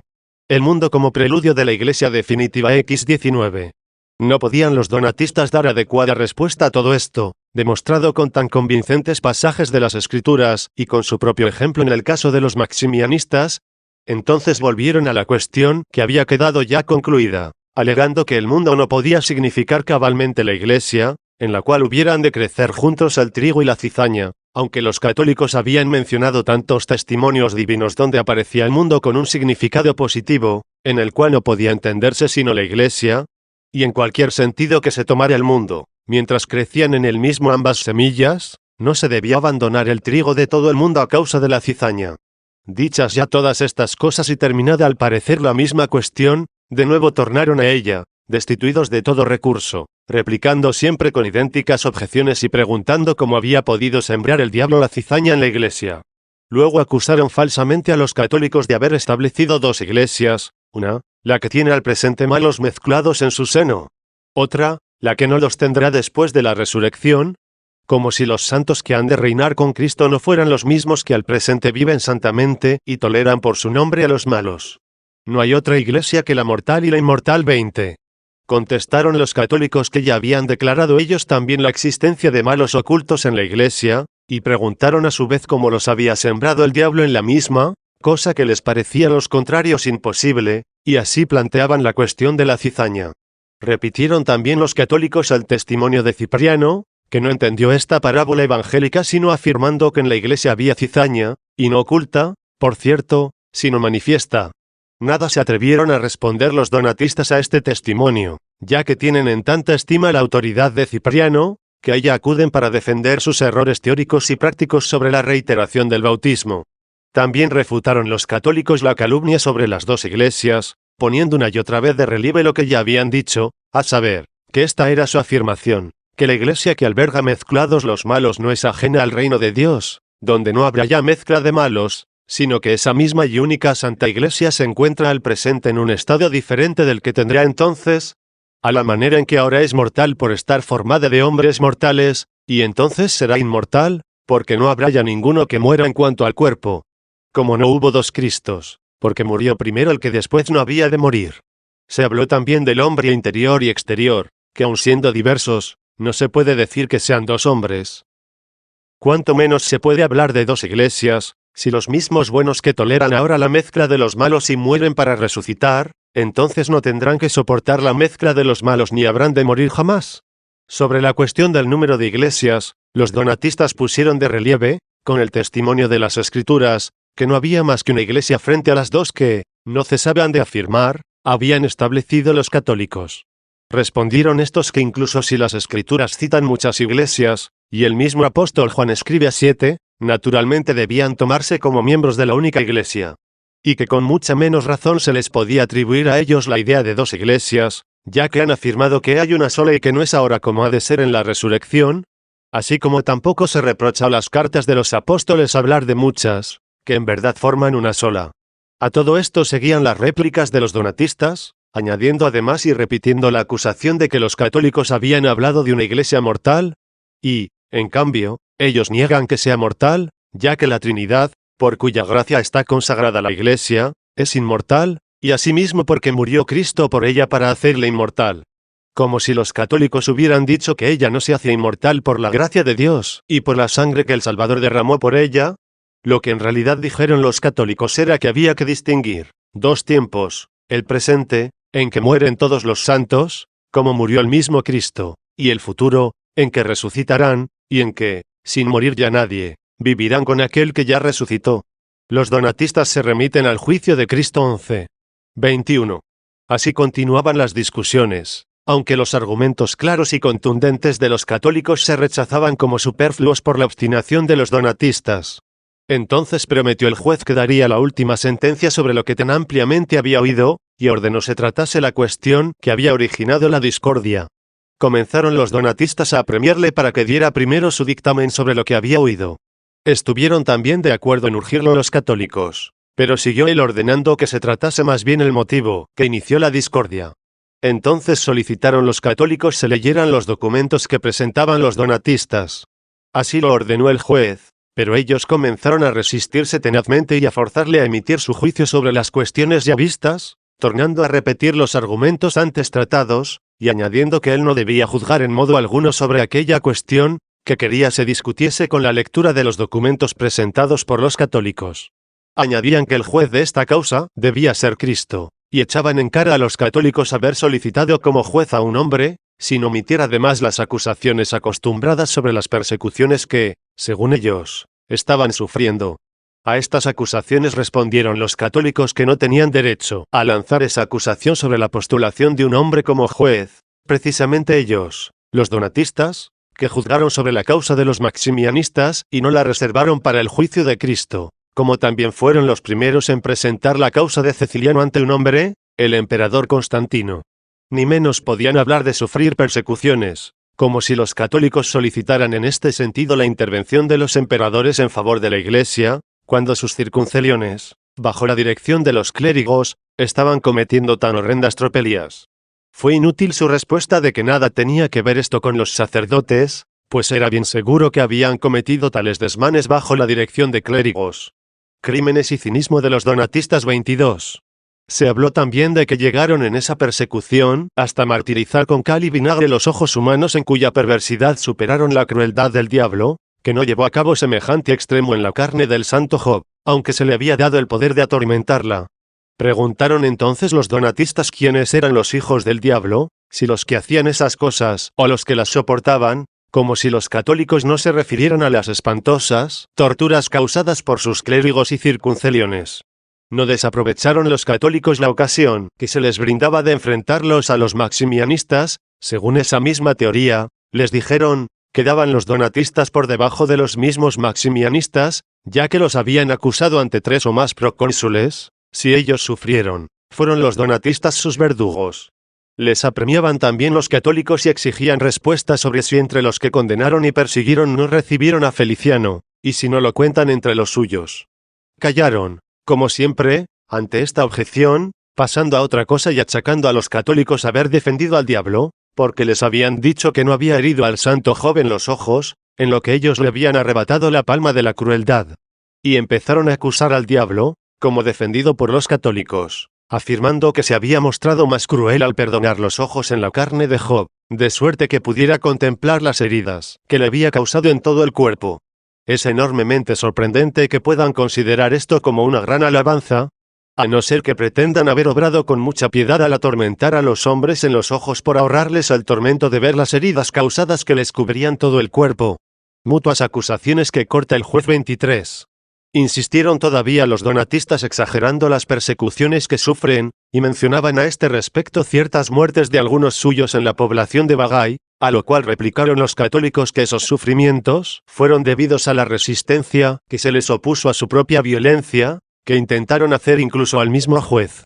En efecto, recordaron los católicos que en esa población habían cometido horrendos crímenes, hasta incendiar la misma basílica y lanzar al fuego los santos códices, y que sus muertes habían tenido lugar más bien por la costumbre que tienen de arrojarse ellos mismos para su propia perdición. Replicaban a esto los donatistas, y exageraban una y otra vez las supuestas persecuciones que soportaban, como si por sus frutos acusaran a sus adversarios de ser árbol malo, y pidiendo también que se diese una sentencia sobre el campo y la cizaña, sobre la Iglesia una e inmortal. Los católicos, en cambio, mencionaban como fruto de los donatistas los cismas, la repetición del bautismo y que sus antepasados habían sido los primeros en presentar acusaciones ante el emperador. Prolongábase ya mucho el debate en estas mutuas acusaciones, que prefirió el juez acabar de una vez, y prometió sobre ello su dictamen en una sentencia posterior. Mandó enseguida se leyera el documento de los católicos ya comenzado, y cuya lectura había sido interrumpida. De esta suerte se llevó a cabo el debate sobre la Iglesia, que los católicos habían tenido buen cuidado de separar de la causa de Ceciliano, ya que aquella no podía estar expuesta a un prejuicio, como cualesquiera crímenes, puesto que tiene a su favor tantos testimonios divinos, frente a todas las acusaciones de los hombres. Después de esto comenzó también a debatirse la causa de Ceciliano. Lectura de documentos y actas concernientes a Ceciliano 12. 24. Siguieron en quinto lugar las siguientes actuaciones. Se leyeron los 2 informes del procónsul Anulino al emperador Constantino, el uno ya había sido leído antes, y en él manifiesta que los antepasados de los donatistas, de la facción de Mayorino, le habían enviado unos escritos sobre los crímenes de Ceciliano, pidiéndose los enviase a Constantino, y que él los había enviado al citado emperador. En el otro manifestó que de orden del mismo emperador había convocado a que cada una de las partes enviase 2 representantes para tratar la cuestión, y que ellos habían prometido lo harían. A continuación se dio lectura también a la carta que el citado emperador envió a los obispos, en la que les encargó dilucidaran la causa de Ceciliano. Se continuó luego por orden con la lectura del documento redactado por el obispo de Roma Milciades, y por los demás obispos de la Galia y de Italia, redactado también en Roma. Se leyó la primera carta del documento, es decir, los hechos que tuvieron lugar el primer día, en que los enviados como acusadores de Ceciliano afirmaron no tener ninguna acusación contra él, y en que también Donato de Casas Negras fue convicto, estando presente, de haber originado un cisma en Cartago, siendo todavía diácono de Ceciliano, pues fue del cisma de Cartago de donde nació la facción de Donato contra la Iglesia Católica. También se decía en el documento como los mismos adversarios de Ceciliano prometieron presentar al día siguiente los testimonios necesarios a la causa que se les imputaba de haber sustraído. En lo cual mintieron, ya que rehusaron presentarse al juicio. Leída, pues, esta parte del proceso, se comenzaron a leer las actas del día anterior. Interrumpieron la lectura los donatistas, y comenzaron a pedir con toda insistencia que se leyeran primero los documentos que ellos presentaban, poniendo como pretexto que era contrario al orden leer primero la absolución de Ceciliano, a quien todavía no habían acusado. Se siguió un largo altercado, decían los católicos que no debía interrumpirse la lectura ya comenzada, sino terminar las actas del proceso, mientras afirmaban los donatistas que no debían haberse empezado a leer, ya que no era legítimo defender a un hombre antes de haberle acusado. A lo cual replicaban los católicos que, al preguntar el juez por la causa del cisma, ellos habían pedido se diera lectura a los documentos que se habían presentado para ser leídos, ya que era la persona del demandante quien intervenía. Y que eran dos los motivos de querer que se hiciera esa lectura. El primero, poner bien de manifiesto que los donatistas fueron los primeros que solicitaron en esta causa un hombre como juez, aunque estaban achacando a los católicos que fuera un hombre el que presidía como juez esta conferencia. El segundo, para que quedara constancia de la persona del demandante. Y como ya había comenzado la lectura, no debía interrumpirse, sino continuar hasta el fin. Mientras tanto el juez, aunque al principio había estado de acuerdo con la solicitud de los católicos de que se llevara hasta el fin la lectura comenzada, luego se dejó arrancar por los donatistas la suspensión de la misma y la licencia para leer los documentos que ellos presentaban. Acusación donatista sobre la entrega de los libros sagrados 13:25. Entonces los donatistas, en un breve preámbulo, expusieron que Mensurio, obispo que había sido de la iglesia de Cartago antes de Ceciliano, había entregado en tiempo de la persecución las Santas Escrituras a los perseguidores. Para probar esto, leyeron una carta de Mensurio a Segundo de Tigisi, que a la sazón tenía la primacía entre los obispos de Numidia. En esa carta daba la impresión de que Mensurio se confesaba de ese crimen.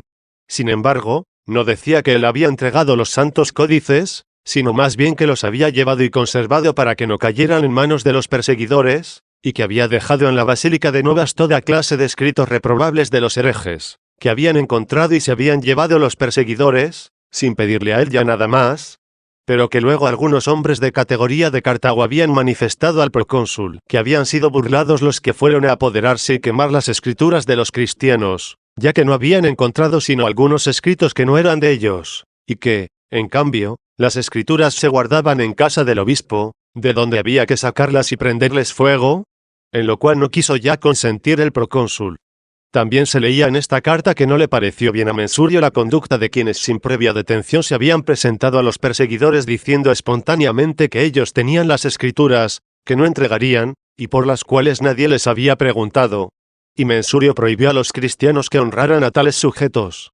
En esa carta se reprobaba también a ciertos malhechores y deudores del fisco, que con motivo de la persecución buscaban liberarse de una vida cargada de muchas deudas, o juzgaban justificarse y cómo purificarse de sus fechorías, o al menos conseguir dinero y disfrutar de vida regalada en la cárcel con los donativos de los cristianos. Los donatistas, sin embargo, solo acusaban a Mensurio del delito de haber entregado los libros, y por lo que ellos decían, mentía al negar que fueran aquellos los códices santos, y aún había querido encubrir su pecado. No obstante, también le recriminaban esa misma ficción.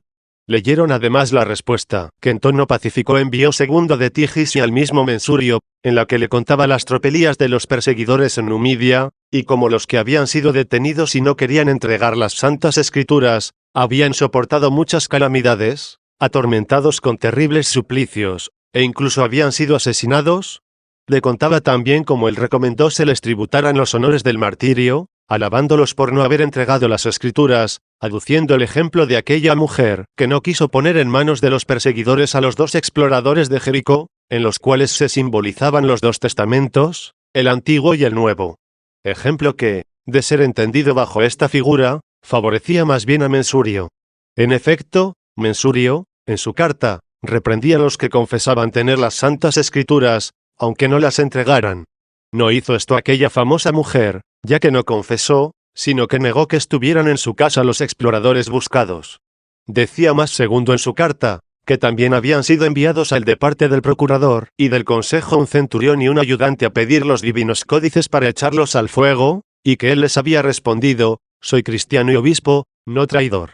Y como solicitaran de él recibir algún desecho o cualquier cosa, ni aun a eso había accedido, a ejemplo de Eleazar el Macabeo, que no aceptó el fingimiento de comer carne porcina, para no proporcionar un ejemplo de prevaricación a los demás. Los católicos escucharon con paciencia hasta el fin la lectura de estas cartas de Mensurio y Segundo, aunque declararon que les eran conocidas y no tenían relación con la causa de la Iglesia. El Concilio de Cartago contra Ceciliano. Respuesta de los católicos 14. 26. El juez, pues, amonestó a los donatistas que, a su vez, tuvieran paciencia, y ordenó se terminara la lectura de los documentos presentados por los católicos y que en parte habían sido ya leídos. Pidieron entonces los donatistas que se leyesen antes también los documentos que presentaban sobre la causa de Ceciliano. Aceptaron esto los católicos sin dificultad alguna, y recomendaron que correspondieran aquellos con la misma paciencia que ellos practicaban. El juez mandó leer los documentos presentados. Leyeron entonces los donatistas una relación del concilio de casi 70 obispos celebrado en Cartago, contra Ceciliano, en el cual le condenaron en su ausencia, por no querer presentarse ante ellos acusado de haber sido ordenado por los traditores, y de haber prohibido, según se decía, siendo diácono, que se llevaran alimentos a los mártires encerrados en prisión. Asimismo se citaron algunos colegas de Ceciliano, que eran inculpados en las actas públicas de traditores, aunque no se leían esas actas. Entre ellos se acusaba con singular dureza a Félix de Abtonga, hasta el punto de llamarlo fuente de todos los males. A continuación, cada cual daba su opinión, comenzando por Segundo de Tigisi, que era el jefe de todos, y siguiendo los demás, todos manifestaron que no estaban en comunión con Ceciliano y sus colegas. Tras la lectura de las actas de este concilio, respondieron los católicos que las cartas entre Mensurio y Segundo demostraban estar en buenas relaciones, y que luego no se había acusado ni juzgado ningún crimen de Mensurio, y en relación con el concilio celebrado contra Ceciliano, cuyas actas habían leído, ni llevaba el nombre del cónsul ni fecha alguna, aunque no querían hacer cuestión de esto, ya que pudo haber alguna negligencia más bien que fraude. El concilio de Cirta, presentado por los católicos 15. 27. Pero los católicos presentaron otro concilio, que tuvo lugar bajo el mismo Segundo de Tigisi en la ciudad de Cirta, y al leer el cónsul y el día, dijeron los donatistas que esos decretos no acostumbraban llevar el cónsul ni la fecha. Replicaron los católicos que quizá fuera esa su costumbre, de ellos, que querían garantizar sus concilios contra toda falsedad, pero que los concilios de los católicos siempre habían citado los cónsules y las fechas. Comenzaron luego a leerse las actas del concilio que habían presentado los católicos, donde Segundo interrogaba de uno en uno a cuantos sabía que habían entregado los libros, y excluía de la asamblea a cuantos hallaba convictos. Este era el orden de la lectura, cuando se leía, según el concilio de Cirta, la confesión de los traditores, se leía también, tomado del concilio de Cartago, su nombre como el de un acusador condenando a otros traditores en el proceso de Ceciliano. Se llegó así a la acusación criminal del mismo Segundo de Tigisi presentada por Purpurio de Liniata. A este Purpurio le había acusado el mismo Segundo de haber asesinado a los hijos de su hermana en la cárcel de Milei. El otro le acusó a su vez del crimen de traditor, afirmando que había sido detenido por el procurador y el consejo para que entregara las escrituras, y que no habría podido quedar libre si no hubiera entregado algo.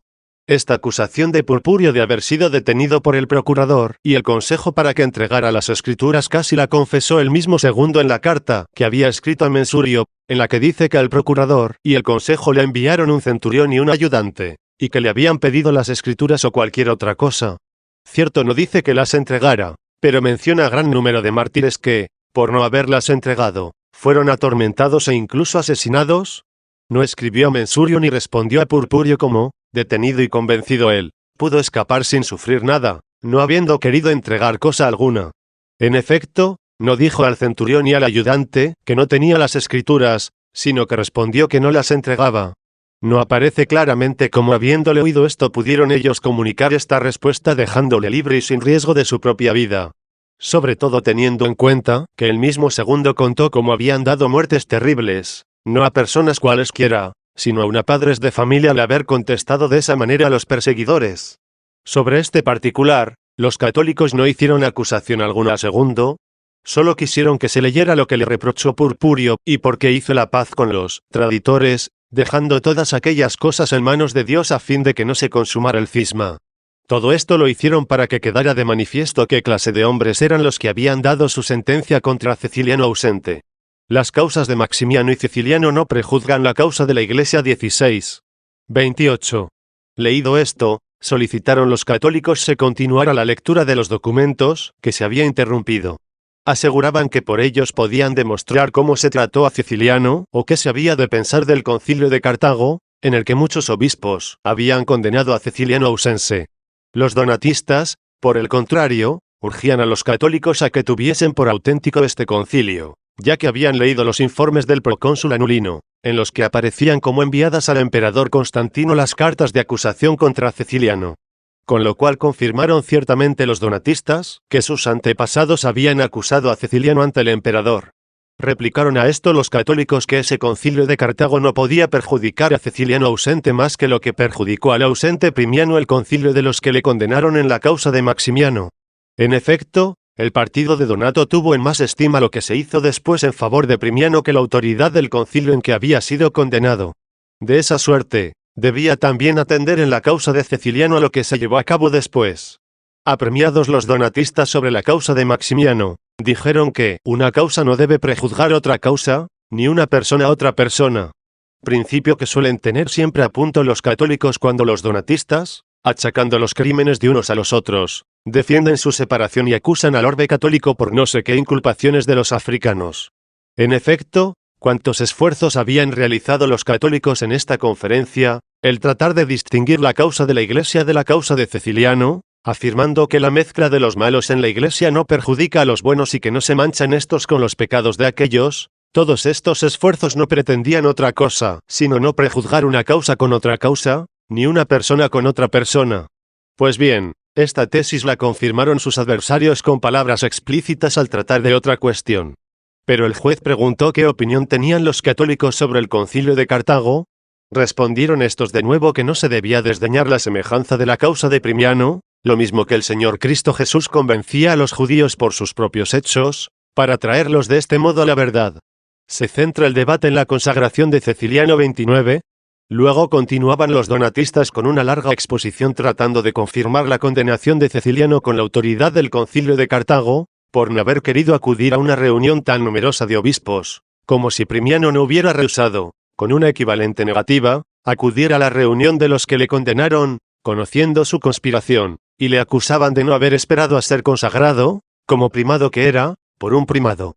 Pero la realidad era que la Iglesia católica tiene la costumbre de no ser los de Numidia, sino los obispos vecinos los que consagran al obispo de Cartago, así como no es un obispo metropolitano el que consagra al obispo de Roma, sino el obispo de la ciudad vecina de Ostia. Alegando esta costumbre suya, que no sé cuándo habían establecido, intentaban perjudicar a la Iglesia católica. En efecto, si hubiera sido antigua esa costumbre, ya se lo habrían reprochado a Ceciliano cuando le condenaron estando ausente. Citaron también las palabras que un texto de Optato ponía en boca de Ceciliano: si son traditores los que me consagraron, que vengan ellos y me consagren. Ciertamente, si hubiera dicho esto, bien pudo decirlo para burlarse de aquellos a quienes se dirigía, ya que estaba bien cierto de que sus consagrantes no eran traditores. No dijo efectivamente que fueran traditores, sino si son traditores, para dejar una prueba de su inocencia, cuando hubiera de ser legalmente demostrada. El juicio imperial sobre Ceciliano, y sus consecuencias 30.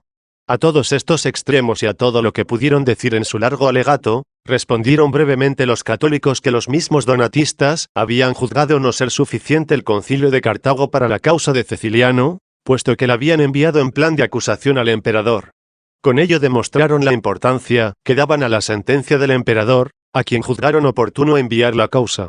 Insistían los católicos en que se cortara de una vez toda sombra de dilaciones, y se leyeran los documentos en que aparece la causa ya juzgada y probada la inocencia de Ceciliano con más claridad que la luz del día. Se resistían con todo ahínco los donatistas a que se leyeran, interponiendo cualquier pretexto para impedirlo. Preguntó el juez si se había celebrado el concilio de Cartago y si luego había enviado la causa de Ceciliano al emperador. Como aquel concilio no tenía ni el nombre del cónsul, ni la fecha de la celebración, Dijeron los católicos que ellos respondían a ambas preguntas. Si la causa había sido enviada antes al emperador, era preciso esperar a la solución que él diera. Y si había sido enviada después, no tenía interés la sentencia de los donatistas, sino la de aquel a quien decidieron enviarla después de juzgarle a ellos. Los donatistas improvisaron muchas digresiones sobre el cónsul y la fecha, explicando que no se expresaban en el concilio de sus antepasados para no ser acusados por ello de falsedad, y aseguraban que tal era la costumbre eclesiástica, no consignar en los decretos episcopales el nombre del cónsul y la fecha. Aducían como prueba de esto que se leyera también el concilio de Cipriano.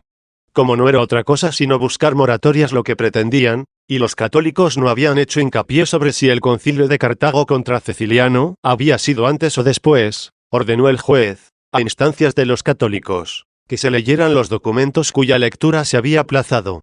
Las actas de Cirta declaran la inocencia de Ceciliano 17:31.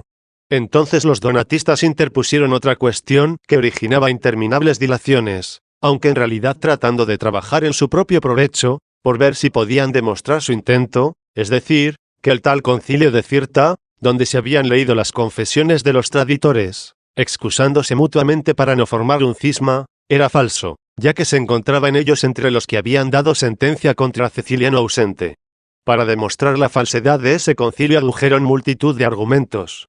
Aunque ellos mismos los tenían en general por endebles, pusieron mucho énfasis en dos, entreteniéndose mucho en ellos. 1. Que contra la costumbre eclesiástica el mismo concilio de Cirta tenía fecha y nombre del cónsul. Otro, que en tiempo de persecución no era posible reunir un concilio. Así, exigían los donatistas a los católicos que presentasen otros concilios antiguos de obispos con los nombres de los cónsules y las fechas, o que citasen un texto análogo de las Santas Escrituras. Veían los católicos que solo se trataba de intercalar sobre un asunto baladilaciones extrañas e inacabables.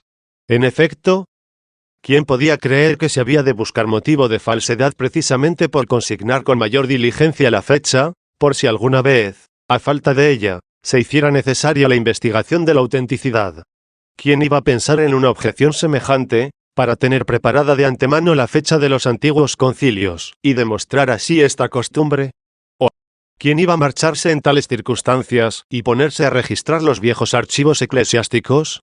Viendo estas estratagemas los católicos, citaban la fecha y el nombre del cónsul en el concilio de Milciades, y recordaron cómo en las Sagradas Escrituras los profetas habían anotado en sus escritos indicaciones de los tiempos más antiguos, en qué año, en qué mes de cada año, en qué día preciso del mes, había venido sobre ellos la palabra del Señor.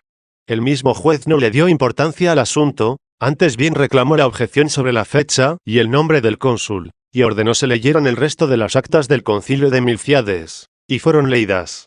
En ellas apareció claramente que con aprobación unánime había sido absuelto y justificado Ceciliano, y, en cambio, condenado Donato, que, estando presente, había sido convicto en la primera sesión. Se trata de Donato de Casas Negras, cuya presencia se comprobó entonces. Discusiones sobre la autenticidad del concilio de Cirta 32. Pero leídas las actas de este concilio, preguntaron los donatistas a los católicos qué respondían a lo del concilio de Cirta, con lo cual tornaron a lo mismo, intentando demostrar que era falso, ya que en tiempo de persecución no era posible reunir un concilio. No le pareció esta objeción despreciable al juez, y teniéndola por válida, pidió respuesta a los católicos. Mientras se contestaba, quiso saber cómo se probaba que había persecución entonces. Acudieron los donatistas a demostrarlo con las actas de los mártires, con los interrogatorios y los martirios que habían sufrido por la confesión de la fe. Mandó el juez a los secretarios computar el tiempo atendiendo al cálculo de los cónsules, y la fecha tanto del concilio de Cirta como de las actas de los mártires. Los católicos habían dicho que desde la pasión de los mártires, cuyo tiempo de persecución se probaba, había pasado casi un año hasta el cónsul, y la fecha del concilio de Cirta. Pero la respuesta de la secretaría dio como resultado, que solo había un mes. Con lo cual quisieron los católicos que se borrara lo que ellos habían dicho, y que las actas conservaran solo la respuesta de la secretaría, pues la creían más verdadera. Pero los donatistas se opusieron a que se borrara la respuesta de los católicos, sobre lo cual no insistieron estos, quedando en evidencia la perversa voluntad de sus adversarios en este punto. En realidad era más exacto el cálculo de los católicos, ya que la oficina se había equivocado en el cómputo, como demostraron las actas escritas después con más diligencia. Puede comprobarlo quien tenga interés en leerlo y no sea reacio al cálculo. En efecto, las actas de los mártires, en que se probaba el tiempo de la persecución, fueron escritas el día 12 de febrero, siendo cónsules Diocleciano por 10ª vez y Maximiano por 8ª. En cambio, las actas episcopales del decreto de Cirta fueron redactadas después del consulado de aquellos, el día 5 de marzo. Y, por lo tanto, habían pasado ya 13 meses. Como se ve, más de los 11 que con menor diligencia habían respondido los católicos.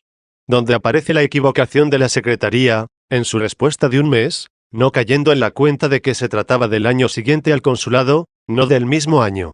De esta forma los católicos, tomando la respuesta de la secretaría como verdadera, se veían obligados a demostrar que en tiempo de persecución pudieron reunirse 11 o 12 obispos en una casa privada, mientras insistían los donatistas en que demostrasen esto por otros concilios, a ver si era posible encontrar la celebración de algún concilio de obispos en tiempo de persecución.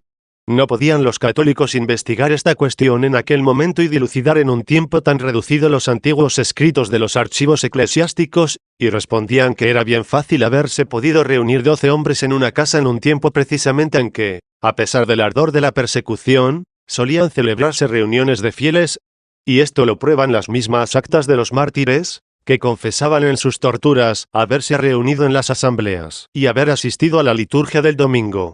Todo esto lo habían dicho los católicos aún antes de que la oficina calculase y diera la respuesta.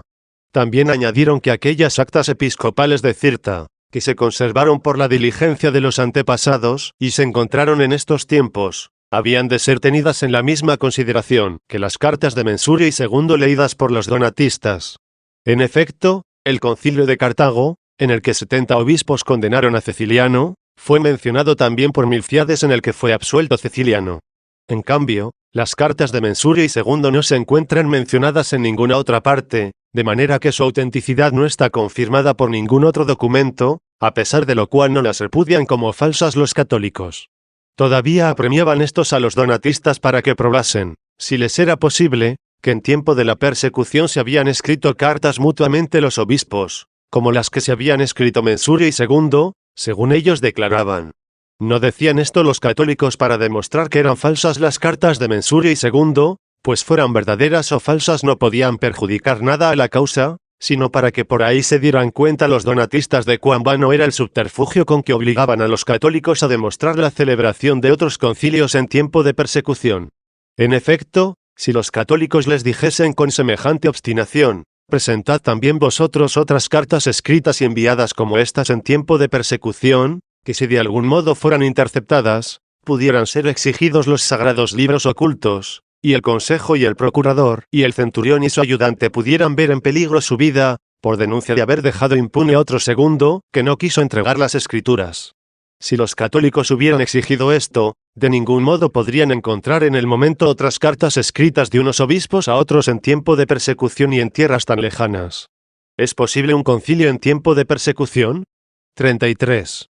Sobre esto hubo un prolongado debate, repetían los donatistas una y otra vez, que no pudo reunirse un concilio en tiempo de persecución para consagrar un obispo, ya que en el mundo reinaba la apostasía y no había fieles para quienes consagrar un obispo, y cosas por el estilo.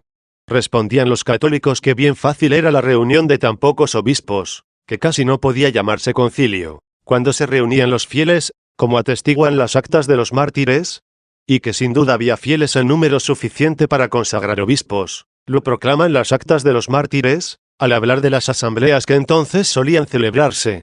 De los modos más variados se decían y contestaban una y mil veces todas estas cosas. Constaba, en efecto, bien claro que en tiempo de persecución se prestaba la casa para reunirse los cristianos, como se leía en las actas de los mártires, mientras los donatistas se empeñaban en asegurar que no era posible que en este tiempo alguien prestara su casa.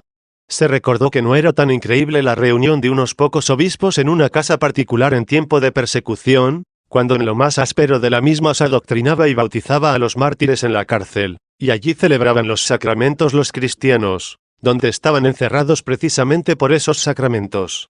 Al fin de todas estas discusiones, en que intervino muchas veces el juez, se convino en que fue posible aquel concilio, cuando se comprobaban las reuniones de los fieles. Entonces obligó el juez a los donatistas a que presentasen lo que tuvieran que decir contra el concilio y el juicio de Milciades, en que constaba había quedado absuelto y justificado Ceciliano, que la causa estaba precisamente allí más bien que en el concilio de Cirta. Los donatistas pasan a acusar a Milciades 18:34. Comenzaron entonces los donatistas a acusar al mismo Milciades con el crimen de traditor, y que precisamente por ese crimen habían rehuido sus antepasados someterse a su juicio, como si ellos no hubieran asistido a su tribunal, y no hubieran respondido que no tenían nada que decir contra Ceciliano.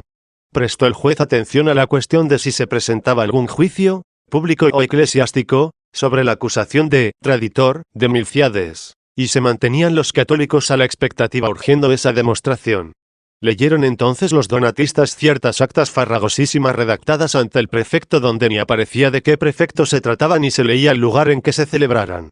Es más, en una inacabable lectura de esas actas salieron a relucir muchos haciendo entrega de tantos bienes eclesiásticos sin que sonara para nada el nombre de Milciades.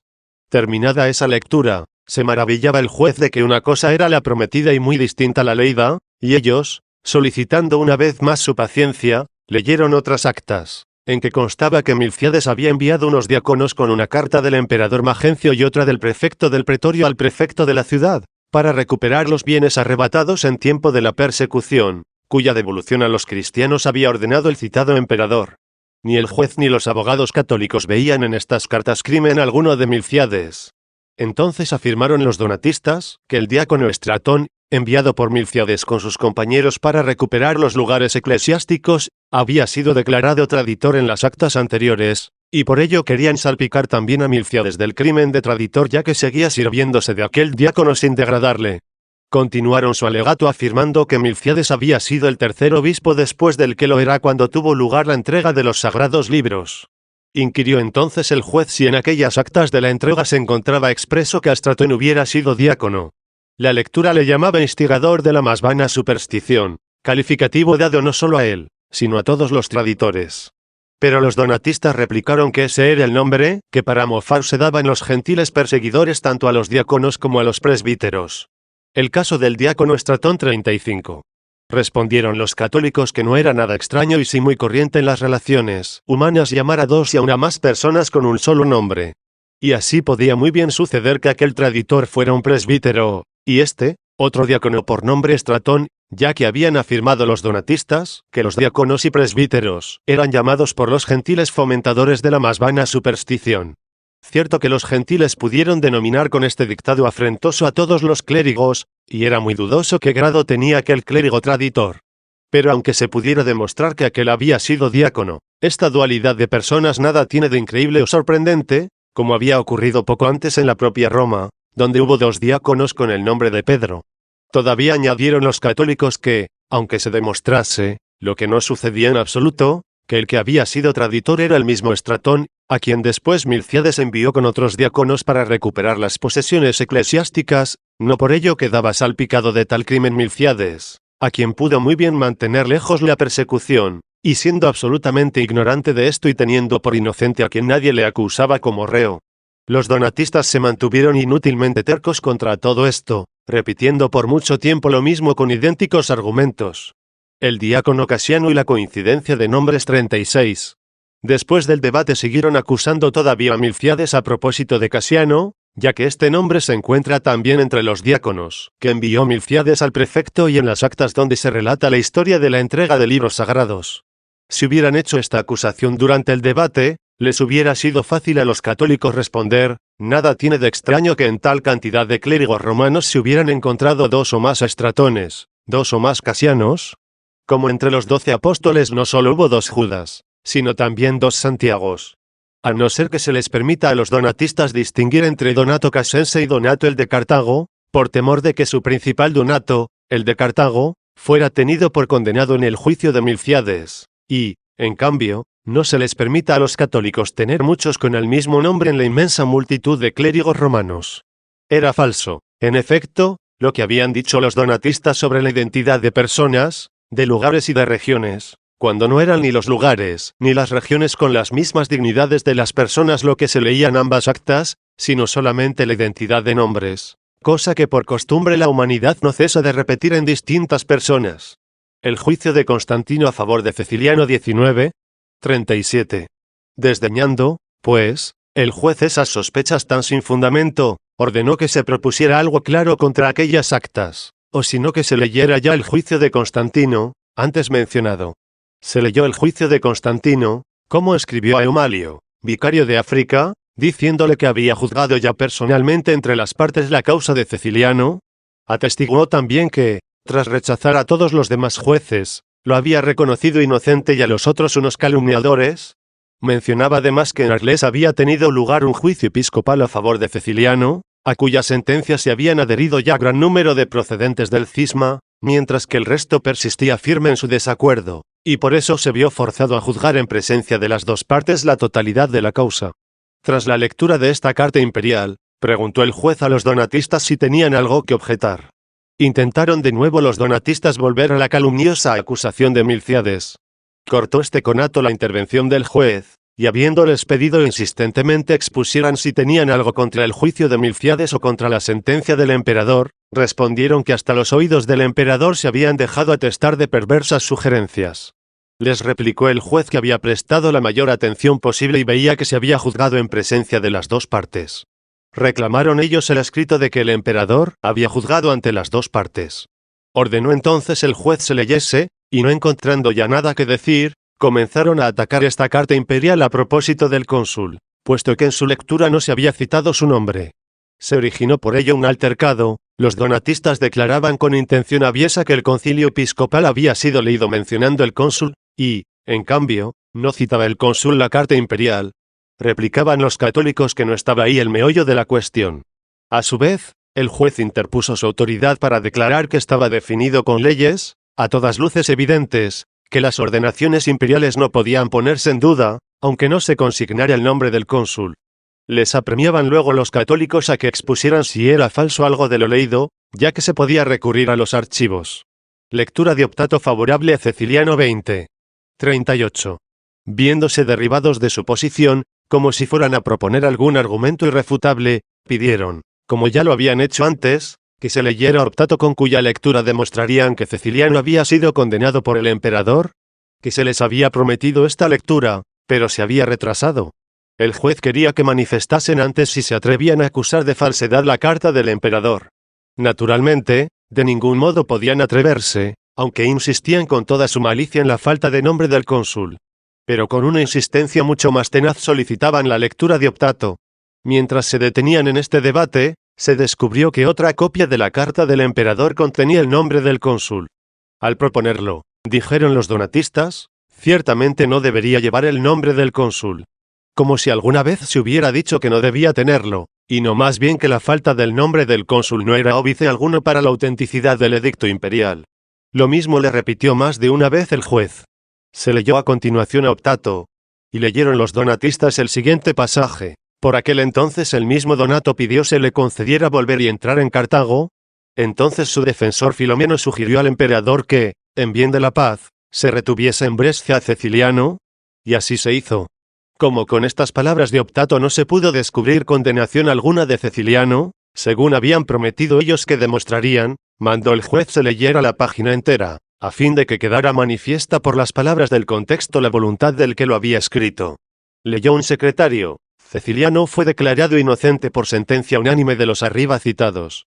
Al leer esto, declararon los donatistas que ellos no habían mandado se leyera esto, irritándose contra los que no habían podido contener la risa al escuchar qué página tan contraria a su tesis habían presentado. Todavía alegaron que en la página leída optato había mitigado la condenación de Ceciliano y que no había querido expresarla. Se les encareció que leyeran otro texto más expreso sobre lo que decían había presentado el mitigado. Al no poder realizarlo, aún se perdió inútilmente el tiempo en algunas vacilaciones dilatorias, ya que se debatían afanosamente sobre el nombre de Donato, diciendo que no era el de Cartago, sino Donato de Casas el que había estado en el juicio de Milcíades contra Ceciliano, lo cual les concedían también los católicos. Al fin se dejó este punto. Nuevo fracaso del memorial donatista sobre Ceciliano 21. 39. A continuación el juez urgía a los donatistas a que manifestaran si tenían algo que responder a la carta de Constantino, en la cual quedaba constancia de haber él escuchado a las dos partes, y de haberse pronunciado contra ellos en favor de Ceciliano. Reclamaron la lectura de un memorial que, según decían, habían entregado sus antepasados a Constantino. En ese memorial dieron una prueba bien clara de la falsedad de su afirmación sobre la condenación de Ceciliano en Brescia, puesto que el mismo memorial demostró cómo Constantino fue contrario a su tesis. En efecto, dicen en el escrito que ellos no estarán jamás en comunión con ese su obispo canalla, y que estaban dispuestos a sufrir las penas que quisiera imponerles. En este obispo canalla de Constantino bien claramente querían designar a Ceciliano. Y como se atrevían a llamar obispo de Constantino a quien, para enfrentarse con él, se negaban a admitirlo en su comunión, si hubieran logrado hundirlo ante el mismo Constantino hasta el punto de saber había sido condenado por él en Brescia, se confirma aún más el fracaso donatista 22. 40. Los católicos pusieron de relieve que el memorial que habían leído iba contra ellos, y el juez se expresó en el mismo sentido. Añadieron entonces otro gran argumento para reafirmar su propia falsedad, leyeron la carta que el mismo Constantino escribía al vicario Verino, encargando que los dejase marchar a su voluntad e insinuando que él había ordenado la vuelta del destierro. En esta carta muestra a Constantino por ellos tal aversión, que no se podría encontrar algo más vergonzoso que ese perdón. Cierto que no los habría culpado así, al contrario, los habría alabado, si hubieran triunfado sobre Ceciliano ante él y, tras la sentencia, hubiera quedado relegado en Brescia. De esta suerte, cuanto presentaron y leyeron resultó en perjuicio suyo, y dejaron bien claro que habían sido vencidos por Ceciliano en el tribunal del citado emperador. Pusieron de manifiesto su propia falsedad al decir que había sido condenado. Ellos, que se gloriaban de ser víctimas de la persecución de los católicos, solicitaban la falsa gloria de la condena de Ceciliano por el emperador a causa de sus acusaciones contra él.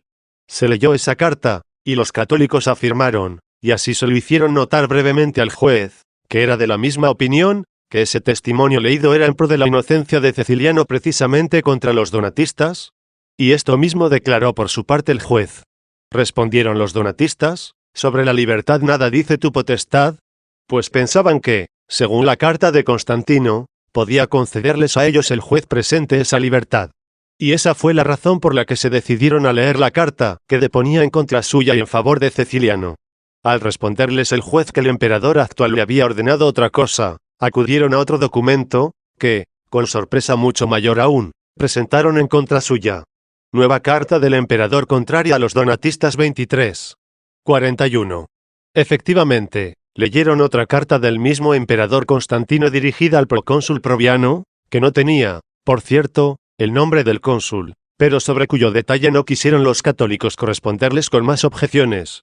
Bien es cierto que con esto los donatistas se hicieron conscientes de la odiosidad con que habían objetado a los católicos, en aquella primera carta de Constantino absolutoria de Ceciliano, el no llevar el nombre de los cónsules, que por cierto aparecieron después en otra copia.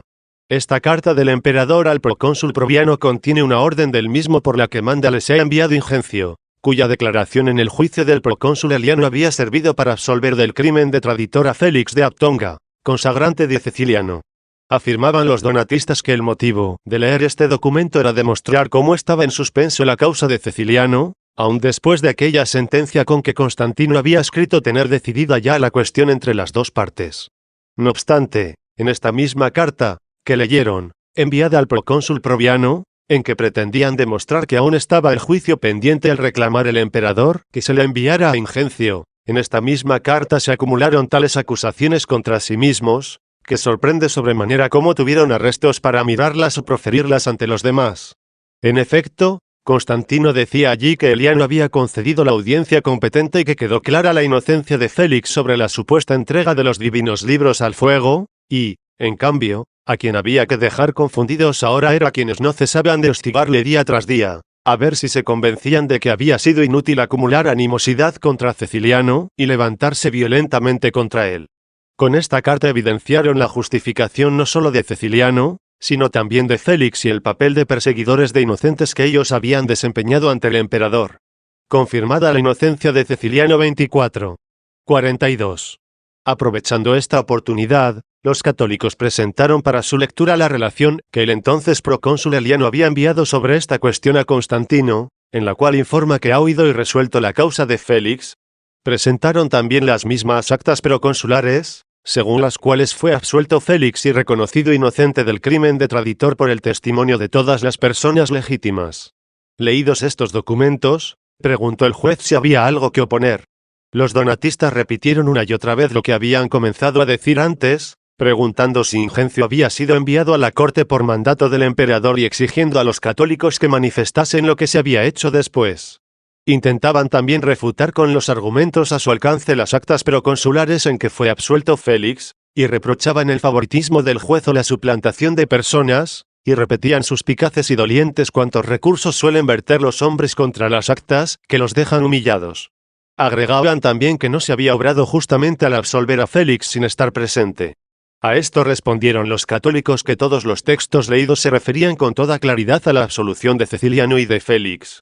Y si los donatistas pensaban que, al ser enviado Ingencio a la corte, se juzgó algo en favor de ellos y se cambió la sentencia por la que Constantino, oídas las dos partes, había justificado a Ceciliano, y les había acusado a ellos de calumniadores sin límites, eran ellos los que debían aducir las pruebas correspondientes.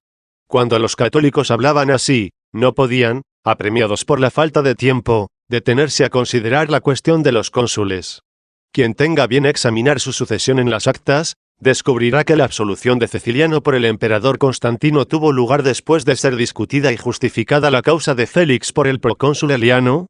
También encontrará que pasaron algunos años antes de la carta del emperador al vicario Verino, carta en que afirmaban los donatistas les había concedido el emperador la libertad, y en la cual los presenta como personas detestables y enemigos de la paz cristiana. Y no habría obrado así si hubiera tenido alguna queja contra Ceciliano, cuando fue enviado a la corte Ingencio. Intervino, pues, el juez para manifestar que no podían ser rechazadas unas actas avaladas por tal antigüedad, sino con la presentación de otras actas posteriores. Dijeron también los católicos que fue más útil para declarar la inocencia de Félix el haber sido en su ausencia, ya que si hubiera estado presente, surgiría con facilidad la sospecha de favoritismo. Conclusión del debate y sentencia del juez a favor de los católicos 25. 43.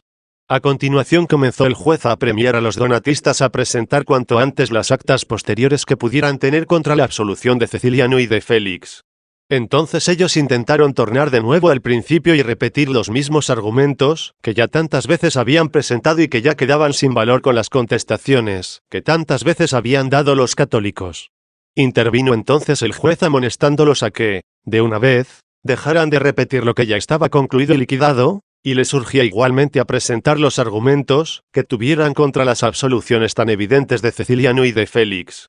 Pero ellos, sin aducir absolutamente nada contra aquellas actas, no cesaban de repetir lo mismo, solicitando el juicio acerca de lo que habían dicho.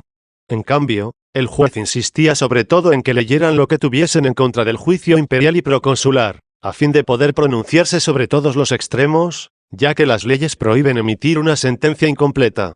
Instaban también los católicos a fin de que, conocidos todos los detalles por el juez y repitiendo siempre los donatistas las mismas cosas sin encontrar qué responder, se decidiese de una vez la causa.